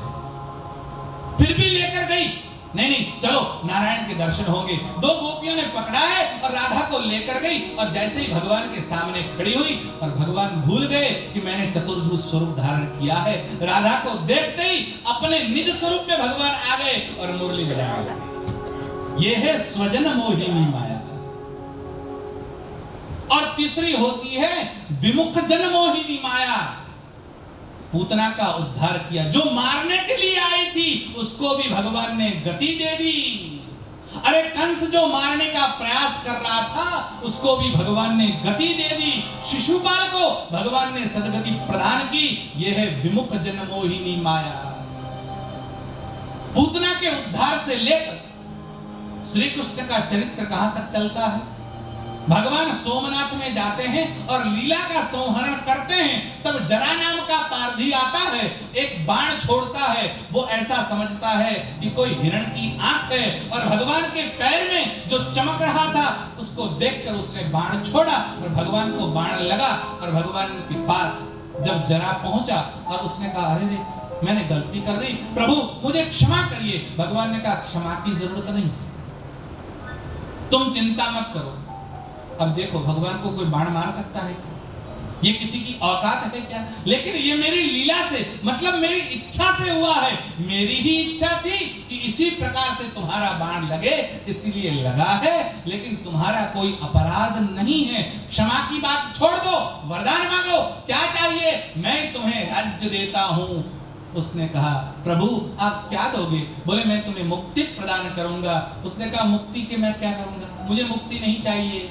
तो क्या चाहिए? मेरी 7 पीढ़ियों को कुछ न कुछ दे के जाओ तो अच्छा रहेगा। भगवान ने कहा, तूने बड़ी गलती कर दी, लेकिन जो तुमने मांग लिया है, जा, मैं तुम्हें देता हूं कि अगली तुम्हारी जो पीढ़ियां होगी वही मेरी पूजा करेगी, और वही जरा पारधी के वंशज आज भी यहां जगन्नाथपुरी में भगवान की सेवा करते हैं। जिन्होंने भगवान पर बाण चलाया उनको भी पूजा का वरदान दिया। यह है श्री कृष्ण, यह है विमुख जन मोहिनी माया। नारद जी बता रहे हैं कि इंद्रद्युम्न जब राधा राधा सुना और रानियां रोहिणी के पास गई, रोहिणी ने मना किया, तब रानियों ने जिद की, कैसा भी करो कुछ रास्ता निकालो, हम चारों ओर से दरवाजे बंद कर देते हैं, श्री कृष्ण को सुनाई नहीं देगा। लेकिन माताजी, कृष्ण का चरित्र सुनने की हमारी इच्छा है, अब क्या किया जाए? बोले, दरवाजा तो बंद कर देंगे, लेकिन दरवाजे पर अगर श्री कृष्ण आ गए और उन्होंने सुन लिया तो? बोले, एक काम करते हैं, कृष्ण की जो बहन है सुभद्रा जी, उनको दरवाजे पर बिठा देते हैं, वो चौकी करेंगे। और सुभद्रा जी को बिठा दिया। रानियां सब इकट्ठी हो गई और व्यासपीठ पर आसीन हो गई रोहिणी माता, और रोहिणी जी ने भगवान श्री कृष्ण का चरित्र रानियों को सुनाया। अब एक एक चरित्र, पूतना का उद्धार कैसे हुआ, नंद के यहाँ उत्सव कैसे हुआ, शक्तासुर का नाश कैसे हुआ, रास कैसे रचाया, एक एक लीला रोहिणी माता रानियों को कहती गई, कहती गई, कहती गई। और सुभद्रा जी बाहर खड़ी थी, उनको धीरज नहीं रही, और वो अंदर देखकर कान लगाकर एकदम सुनने लगी, और सुनते सुनते इतनी भाव विभोर हो गई कि बाहर कौन आ रहा है, कौन जा रहा है, सुभद्रा जी को पता नहीं रहा। और उसी समय कृष्ण और बलराम वहां पर आए, और कृष्ण कृष्ण और बलराम ने देखा क्या हो रहा है, सुभद्रा जी बाहर है, दरवाजे बंद हैं, ये सुभद्रा सुभद्रा आवाज लगाई, कोई सुन नहीं रही है, ये क्या बात है। तो भगवान सुभद्रा कि एक तरफ भगवान खड़े रहे, एक तरफ बलराम खड़े रहे और दोनों कान लगाकर सुनने लगे और दोनों अपना ही चरित्र सुन रहे थे। रोहिणी माता कृष्ण कथा कह रही थी, ये कथा भगवान ने सुनी और सुनते सुनते भगवान भी अपनी स्वमोहिनी माया से मोहित हो गए। और क्या हुआ, भगवान अपने भावों में आ गए, भगवान की आंखें बड़ी बड़ी हो गई और हाथ पैर सिकुड़ गए। बीच में सुभद्रा है, एक तरफ बलराम है, एक तरफ भगवान है और भगवान जैसे मूर्छित हो गए हो वैसे गिर गए। और जैसे ही आवाज आई अंदर से सारी रानियां घबराई, सब बाहर आए और देखा भगवान नीचे गिरे हुए हैं, एक तरफ बलराम है, एक तरफ भगवान है, बीच में सुभद्रा जी है और भगवान मूर्छित अवस्था में है। भगवान की आंखें बड़ी हो गई है और हाथ पांव सिकुड़ गए हैं। ऐसी अवस्था हुई और ऐसी अवस्था को देखकर रानियां घबरा गई। और उसी समय क्या हुआ, आकाश मार्ग से नारद जी जा रहे थे। नारद जी ने कहा मैंने ये दृश्य देखा और मैं उतर कर नीचे आया और भगवान की अवस्था देखकर मैं भी भाव विभोर हो गया, भगवान का जय जयकार किया और भगवान के ऊपर उनके पास जाकर भगवान के कान में मैंने एक मंत्र सुनाया, राधे राधे और राधे और राधे राधे। सुनते ही भगवान की मूर्छा टली और भगवान एकदम खड़े हुए, बलराम जी खड़े हुए, सुभद्रा जी खड़ी हुई, बीच में सुभद्रा जी है और दोनों तरफ दोनों भाई खड़े हैं। और ऐसा स्वरूप देखा और मैंने भगवान से कहा, प्रभु आप इसी स्वरूप में सदैव दर्शन नहीं दे सकते, मैं चाहता हूं आप इसी स्वरूप में दर्शन दे। भगवान ने कहा अभी तो नहीं, लेकिन लीला का संहरण करने के बाद जगन्नाथपुरी में मैं काष्ठ के रूप में इसी स्वरूप में दर्शन दूंगा। वो भगवान ने जो वरदान दिया था उसको निभाने के लिए भगवान आए और इसलिए ऐसी मूर्तियां निर्माण हुई।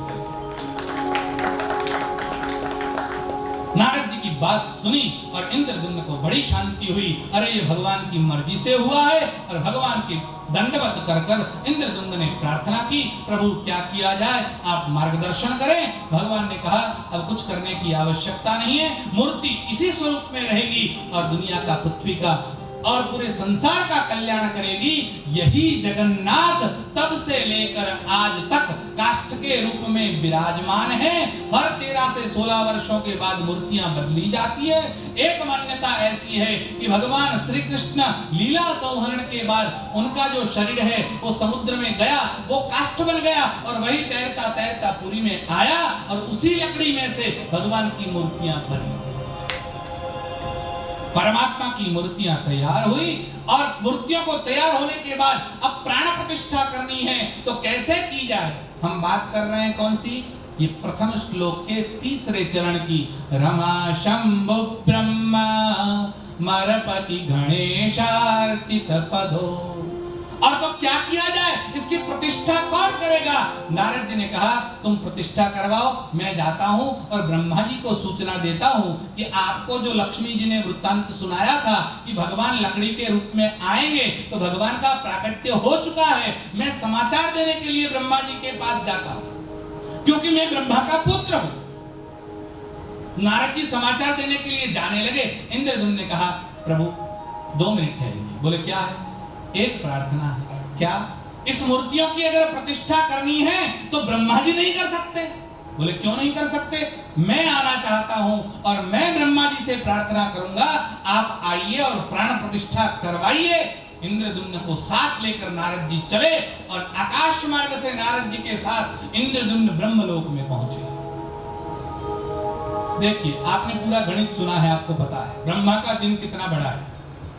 अब ब्रह्मलोक में जाते जाते समय लगा, वहां जाने के बाद जाकर बैठे तो ब्रह्मा जी पूजा में थे, कोई स्तोत्र का गान चल रहा था तो 5-10 मिनट और चले गए। अब ब्रह्मा जी के 5 मिनट अर्थात पृथ्वी पर तो कई युग बीत गए। अब इतना सारा समय चला गया, ब्रह्मा जी उठकर खड़े हुए बाहर आए, नारद जी ने प्रणाम किया, साथ में इंद्रद्युम्न ने प्रणाम किया। इंद्रद्युम्न ने प्रार्थना की, नारद जी ने समाचार दिया भगवान का काष्ठ का विग्रह बनकर तैयार हो गया है, आकाशवाणी सत्य हुई है, आप आइए। इंद्रद्युम्न महाराज आपको आमंत्रित करने आए हैं। ब्रह्मा जी ने कहा अवश्य मैं आऊंगा, आप जाओ और तैयारी करो और जिस दिन तैयार हो जाए मेरा आवाहन करना, मैं आ जाऊंगा। इंद्रद्युम्न और नारद जी वापस आए अब जब वापस आए तब तक तो बहुत समय बीत चुका था। जो मंदिर बनाया था उसके ऊपर धूल पूरी की पूरी हो गई थी, मंदिर कहीं दिख नहीं रहा था। अब राजा आए, चारों ओर ढूंढने लगे, मंदिर कहीं नहीं। और ऐसे में एक घटना बीच में ऐसी हुई कि वहां पर मतलब जगन्नाथपुरी में जो गजपति महाराजा आज विराजमान हैं, उनके जो पूर्वज है, उस पूर्वजों में से एक गाला नाम के राजा हुए। ये गाला राजा घोड़ा लेकर जा रहे थे और मंदिर का जो शिखर है, उस शिखर में, वो शिखर रेती में मतलब धूली में दबा हुआ था, लेकिन घोड़े को उसकी ठोकर लगी और घोड़ा गिर गया। घोड़ा गिरा तो महाराजा गिरे, महाराजा उठे, बोले घोड़ा कैसा गिरा, और देखे और जाकर देखते तो क्या देखते हैं, वहां एक मंदिर का शिखर है। उन्होंने कहा धूली हटाओ, धूली हटाई तो अंदर से पूरा मंदिर निकला। और महाराजा गाला ने वो मंदिर में बैठकर भगवान का स्तवन और पूजा करना प्रारंभ कर दिया। वो राज्य करते थे, अब पीढ़ियां बीत गई थी। इंद्रद्युम्न आए और इंद्रद्युम्न ने आने के बाद कहा ये मंदिर तो मेरा बनाया हुआ है। गाला ने कहा नहीं नहीं, ये मंदिर मेरा है। अब दोनों के बीच में विवाद हुआ। ये कहता है मंदिर मैंने बनाया है, ये कहता है मंदिर मैंने बनाया है। अब निर्णय कौन करेगा? अब दोनों के बीच में झगड़ा चल रहा था और तभी इस कल्प वृक्ष के ऊपर बैठा हुआ एक कौवा था, वो उड़कर नीचे आया और उसने कहा मेरा नाम काकभुशुंडी है, मैं चिरायु हूं। राम जी के समय में मैं भी था, कृष्ण के समय में भी था और आज भी मैं विद्यमान हूं। ये जो मंदिर है ये वस्तुतः इंद्रद्युम्न ने बनाया था, फिर रेती से ढक गया था। गाला तुमने तो रेती दूर की है, तुमने मंदिर बनाया नहीं।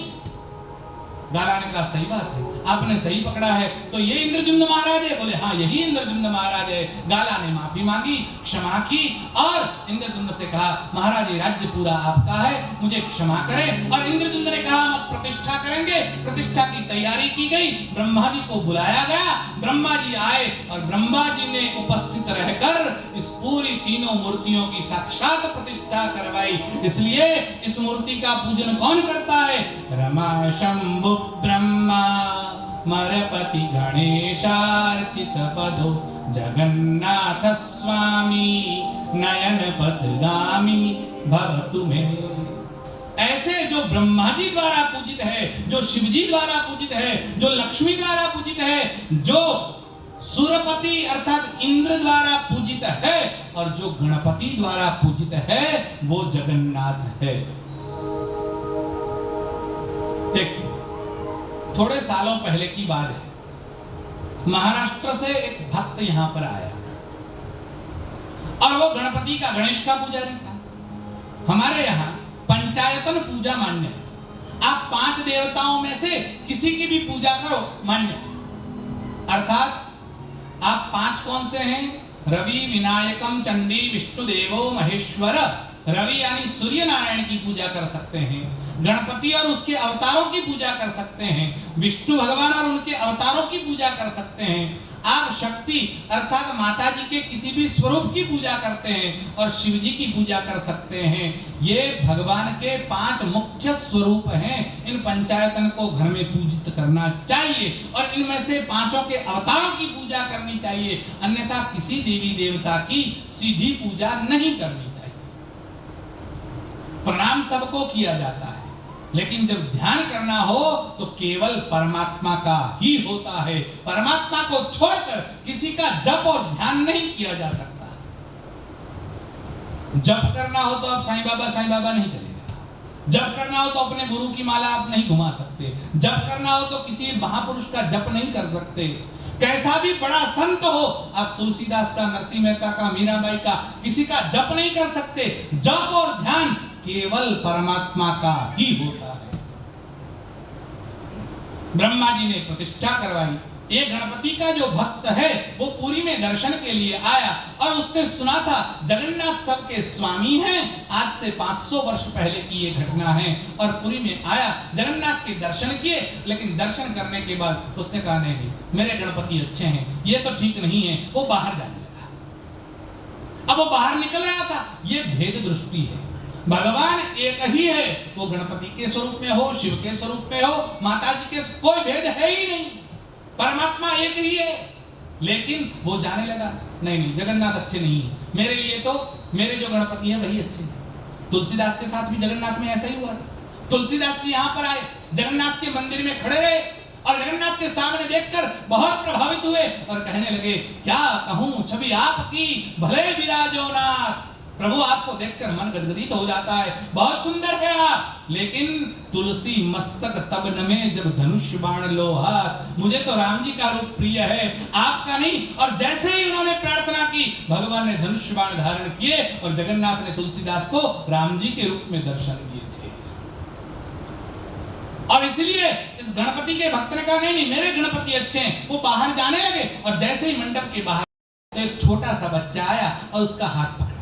उसने कहा, महाराज जरा जल्दी मत करो, आप थोड़ा ठहरो, अभी भगवान का बाकी है पूजन, शाम के पूजन में आपको भगवान के अच्छे दर्शन होंगे। बोले नहीं मैं तो गणपति का भक्त हूँ। अरे आप चाहे गणपति के भक्त हो, भगवान आपको गणपति के रूप में दिखेंगे, आप चिंता मत करिए। अब वो बालक जब आग्रह करने लगा तो इस भक्त को लगा, ठीक है चलो रुक जाते हैं शाम तक, उसमें क्या दिक्कत है। और शाम तक रुक गए और शाम की जब आरती हुई तो शाम के समय में सांझ को वो गया और भगवान के सामने जैसे ही खड़ा हुआ, भगवान को क्या देखता है, गज का मस्तक धारण करके भगवान साक्षात जैसे गणपति खड़े हो ऐसे जगन्नाथ को देखा। और जगन्नाथ का ऐसा स्वरूप देखकर उसकी आंखों से अश्रु की धारा बहने लगी।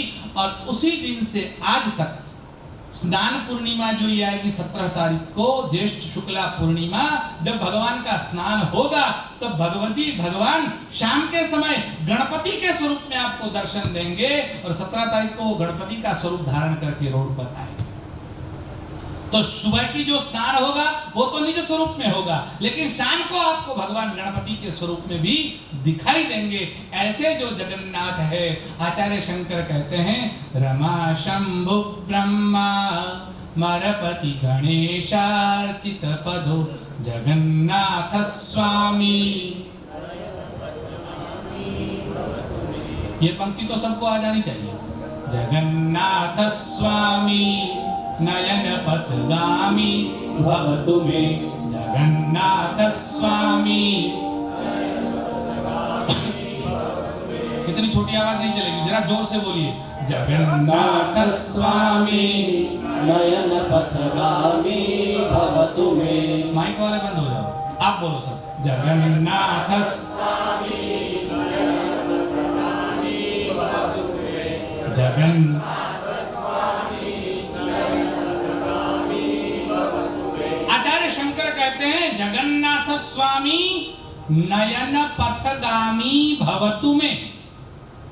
अब आप उसका शब्दार्थ देखने जाओगे तो इतना ही होता है, हे जगन्नाथ मुझे दर्शन दो। लेकिन इतना लिखने के लिए इतनी पूरी पंक्ति लिखने की क्या आवश्यकता है? जगन्नाथ स्वामी नयन पथगामी भवतु में। नयन पथगामी भवतु में आप केवल दर्शन दो नहीं, मेरे नयन, मेरी नजर जहां जहां घूमे, जहां जहां जाए, वहां वहां कौन दिखे? केवल जगन्नाथ के दर्शन हो। मैं किसी को भी देखूं, वो चाहे जड़ हो या चेतन हो, चाहे स्त्री हो या पुरुष हो, चाहे वो कुछ भी हो, लेकिन दिखे कौन? जगन्नाथ स्वामी नयन पथगामी भवतु में। क्योंकि ज्ञान मार्ग में भगवान दृश्य नहीं है। वेदांत कहता है भगवान दृष्टा है, भगवान दृश्य नहीं हो सकते। भगवान दृष्टा है और जो देखने वाला है वो दिखेगा कैसे? जिस आंखों से आप दुनिया को देखते हो, उसी आंखों से आप अपनी आंखों को देख सकते हो। दर्पण की बात मत करना कि दर्पण में देख सकते हैं, लेकिन ये आंखें पूरी दुनिया देख सकती है, लेकिन इन आंखों को आप स्वयं आंखों से आंखों को नहीं देख सकते। तो जो देखने वाला है वो खुद को कैसे देखेगा? ये देखने वाला कौन है भैया? देखने वाला कौन है? जरा आप ढूंढो इस शरीर में, देखता कौन है? आप ऐसे कहोगे कि आंख देखती है। आंख देखती है तो आप स्वप्न देखते हो, तो आंखें खुली होती है कि बंद होता है? तो तब कौन देखता है? तो देखने वाली आंखें देखने वाला कौन है? ये देखने वाला जो है वही जगन्नाथ, वही परमात्मा, वही ब्रह्म, वही सत्य स्वरूप जिसे हम नारायण कहते हैं, वो अंदर विद्यमान है। इसीलिए देख सकते हैं, आंखों से नहीं दिखता, अंदर जो बैठा है देखने वाला, जिसे हम दृष्टा कहते हैं। दृष्टा और दृश्य सुबह समझाया जा रहा था, जिस प्रकार से तीन होते हैं कि ये दृष्टा है, ये दृश्य है और ये दर्शन है। जब तीनों एक हो जाए, देखने वाला भी वही है और दिखने वाला भी वही है, इन दोनों में भेद रहे ही नहीं, तभी ये पंक्ति सार्थक हो जाती है। जगन्नाथ स्वामी। गुजरात में कलापी नाम के एक कवि हुए, भावनगर में सुरसी तख्त सी कोई नहीं, और कलापी ने लिखा, ज्યાં જ્યાં નજર મારી ફરે યાદી ભરી ત્યાં આપની, જ્યાં જ્યાં મારી નજર ફરે ત્યાં તારું જ દર્શન થાય છે। બસ એ જ વાત જાણે શંકરાચાર્યના સ્તોત્રમાંથી એમણે ઉપાડી હોય। જગન્નાથ સ્વામી નયન પથ, मेरे नयन पथ में केवल तू ही तू दिखे, तेरे अलावा दुनिया है ही नहीं।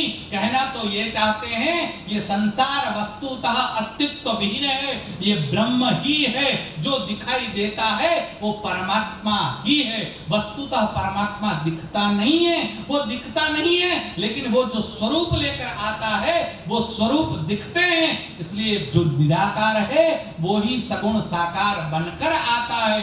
उसका नाम निराकार है, लेकिन बनता है साकार। वेद कहते हैं नेति नेति नेति। परमात्मा ये नहीं है, भगवान ये नहीं है, ब्रह्म ये नहीं है, ये भी नहीं, ये भी नहीं, ये भी नहीं। जो बाकी बच जाए वो ब्रह्म है। लेकिन जो वैष्णव पंथी है वो कहते हैं ना ना ना ना, वो नहीं, भगवान इति इति इति। जो कालिंदी के तट पर मन में जाकर वेणु बजाता है, इति परमात्मा। जो गोपियों के पास मधुकर के समान भंवर के भ्रमर बनकर उनका आस्वाद करता है, वही परमात्मा। जिनकी पूजा रमा शंभु ब्रह्मा गणपति ये सब करते हैं। जगन्नाथ स्वामी नयन पथ, ऐसे जो परमात्मा जगन्नाथ हैं, उनके चरणों में बैठकर हम जगन्नाथ का स्तवन कर रहे हैं। परमात्मा की कृपा हमारे ऊपर अविरत बनी रहे, इस हेतु से आगे समय को देखते हुए हम यहाँ विराम लेंगे। कल अगले श्लोक का विचार करेंगे। कुछ बातें हैं, जैसे एक विचार कल रखा था, उस पर विचार थोड़ा मंथन हुआ। रात को सब लोग मिले भी और बातचीत हुई कि ध्वजा सब लोग साथ में मिलकर चढ़ाएं तो अच्छा रहेगा। इस बहाने जगन्नाथ के महाप्रसाद का भी हमें लाभ मिलेगा।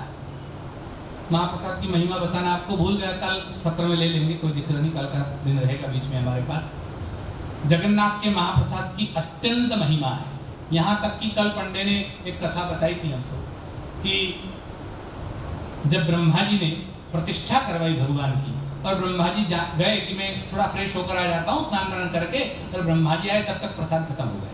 सब लोग प्रसाद खाकर चले गए और ब्रह्मा जी ने कहा मुझे तो प्रसाद मिला ही नहीं, अब मैं क्या करूंगा। तब ब्रह्मा जी जा रहे थे कि मैं क्या करूं, मुझे प्रसाद दो, मुझे प्रसाद दो। और तभी ब्रह्मा जी ने देखा एक कुत्ता भगवान का जो पत्तल पड़ा था उसमें से कुछ खा रहा है। उसने खा लिया, वो तो समाप्त हो गया, लेकिन एक चावल का दाना कुत्ते के मुंह पर था। ब्रह्मा जी ने उसे ले लिया और अपने मुख में धारण किया। ये जगन्नाथ के प्रसाद की महिमा है। तो जगन्नाथ के प्रसाद के लिए भी हम सब लोग अपेक्षा कर रहे थे। उन्होंने बताया कि 56,000 શું છે? હા, 56,000 રૂપિયા છે અને એની સાથે 10% કંઈ ટેક્સ સરકારનો છે, એ એટલે જીએસટી તો ભેગું આવશે જ, હવે ચાલવાનું છે, એટલે યાદ રાખવાનું આપણે। અને એના માટેની શરૂઆત પણ થઈ ચૂકી છે। કેટલાક લોકોએ એનું દાન રાશિ લખાઈ છે। હું આમ તો કહીએ કે થોડીક જાહેર કરી દો કોણે કેટલા લખાયા છે, અને ખૂટતા હોય તો પણ એ અંદાજ આવે, ના ખૂટતા હોય તો અંદાજ આવે, જે હશે થઈ જશે। જે જેનું ડોનેશન વધારે હોય એવા 3 કે 4 લોકો કે 5 લોકો મેક્સિમમ એ ધજાની પૂજામાં બેસે, બાકી બધા લોકો હાથ લગાડશે અને ભગવાનની ધજા ચડાવવાનો લાભ મળે। બપોરનો પ્રસાદ પરમ દિવસે આપણે બધા ત્યાં લઈએ, એટલે કોઈ ફરવા જવાવાળા હોય એ પરમ દિવસે બપોરે ફરવા ના જાય, કેમ કે હું જોઉં છું કે ઘણા બધા 25-30 લોકો ગાયબ થઈ જાય છે। તો પરમ દિવસે કમસે કમ ગાયબ ન થાય એવી અપેક્ષા રાખીએ। પરમ દિવસે બપોરે અહીંયા ભોજન નહીં કરીએ, સત્ર સમાપ્ત થાય એના કલાક પછી, એટલે ભોજન કલાક લેટ મળવાની તૈયારી રાખવાની। બપોરે 2 વાગે આસપાસ અહીંયાથી નીકળીએ 2:30 વાગે આપણે ત્યાં પહોંચી પહેલો ભગવાનનો પ્રસાદ લઈએ, પ્રસાદ પછી બાકી બધું કામ. એટલે પહેલા પેટ પૂજા થઈ જાય, પછી ભગવાનની પૂજા, અને એ કર્યા પછી ભગવાનની રસોઈ વગેરે જોવાનું પણ એ ધજા પછી આપણે કરીશું. ધજા કરીશું અને ધજા કરીને દર્શન કરી અને સાંજે 7 વાગે અહીંયા પાછા આવીશું. પરમ દિવસે સત્ર રાત્રે કરીશું 8 થી 10 આપણે. એટલે 2 કાર્યક્રમ એક સાથે સચવાઈ જાય આવી એક વાત છે. લગભગ બધાને આ વાત બરાબર છે લાગે છે ને? કંઈ ફેરફાર આવે તો કહેજો પાછો. એટલે તો ભરતભાઈ તમારી પાસે લિસ્ટ હોય તો જરા કોણે શું દાન ને કોણ મુખ્ય યજમાન વગેરે છે એ જરા જાહેર કરી દો તો આગળ. બરાબર ગાડ સાહેબ? અધ્યક્ષશ્રીની સૂચના થાય તો આગળ ચલાય ને. બોલીએ જગન્નાથ ભગવાન કી જય, બલભદ્ર મહાપ્રભુ કી જય, સુભદ્રા ભગવતી કી જય, धर्म की जय हो, धर्म का नाश हो, प्राणियों में सद्भावना हो, विश्व का कल्याण हो, गौ माता की जय हो, गंगे मैया की जय हो, भारत माता की जय हो, सनातन धर्म की जय हो, शंकराचार्य भगवान की जय हो, वेदव्यास भगवान की जय हो, सदगुरु देव की जय हो, पूज्य पंडित जी महाराज की जय हो, गोवाद बंद हो, भारत अखंड हो, नमः पार्वती पते। हर हर महादेव हर.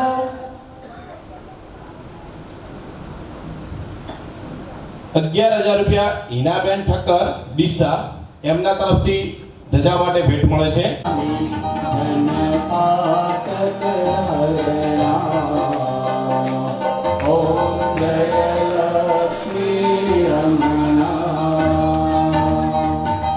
रत्न जडित सिंहासन अद्भुत छवि राजे प्रभु अद्भुत छवि राजे नारद करत निरंतर घंटा ध्वनि बाजे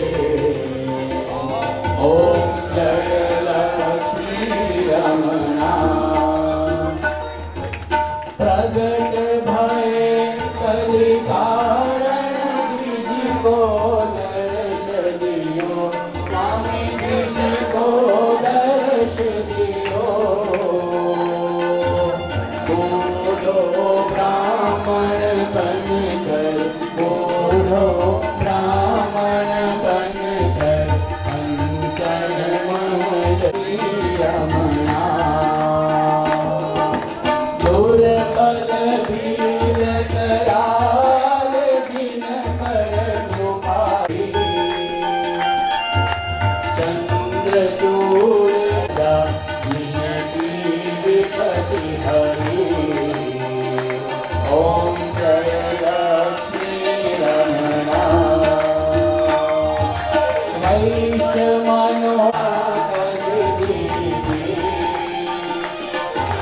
सफल हो प्रभु जी सफल हो प्रभु जी देव स्तुति कीनी ओम जय लक्ष्मी रमणा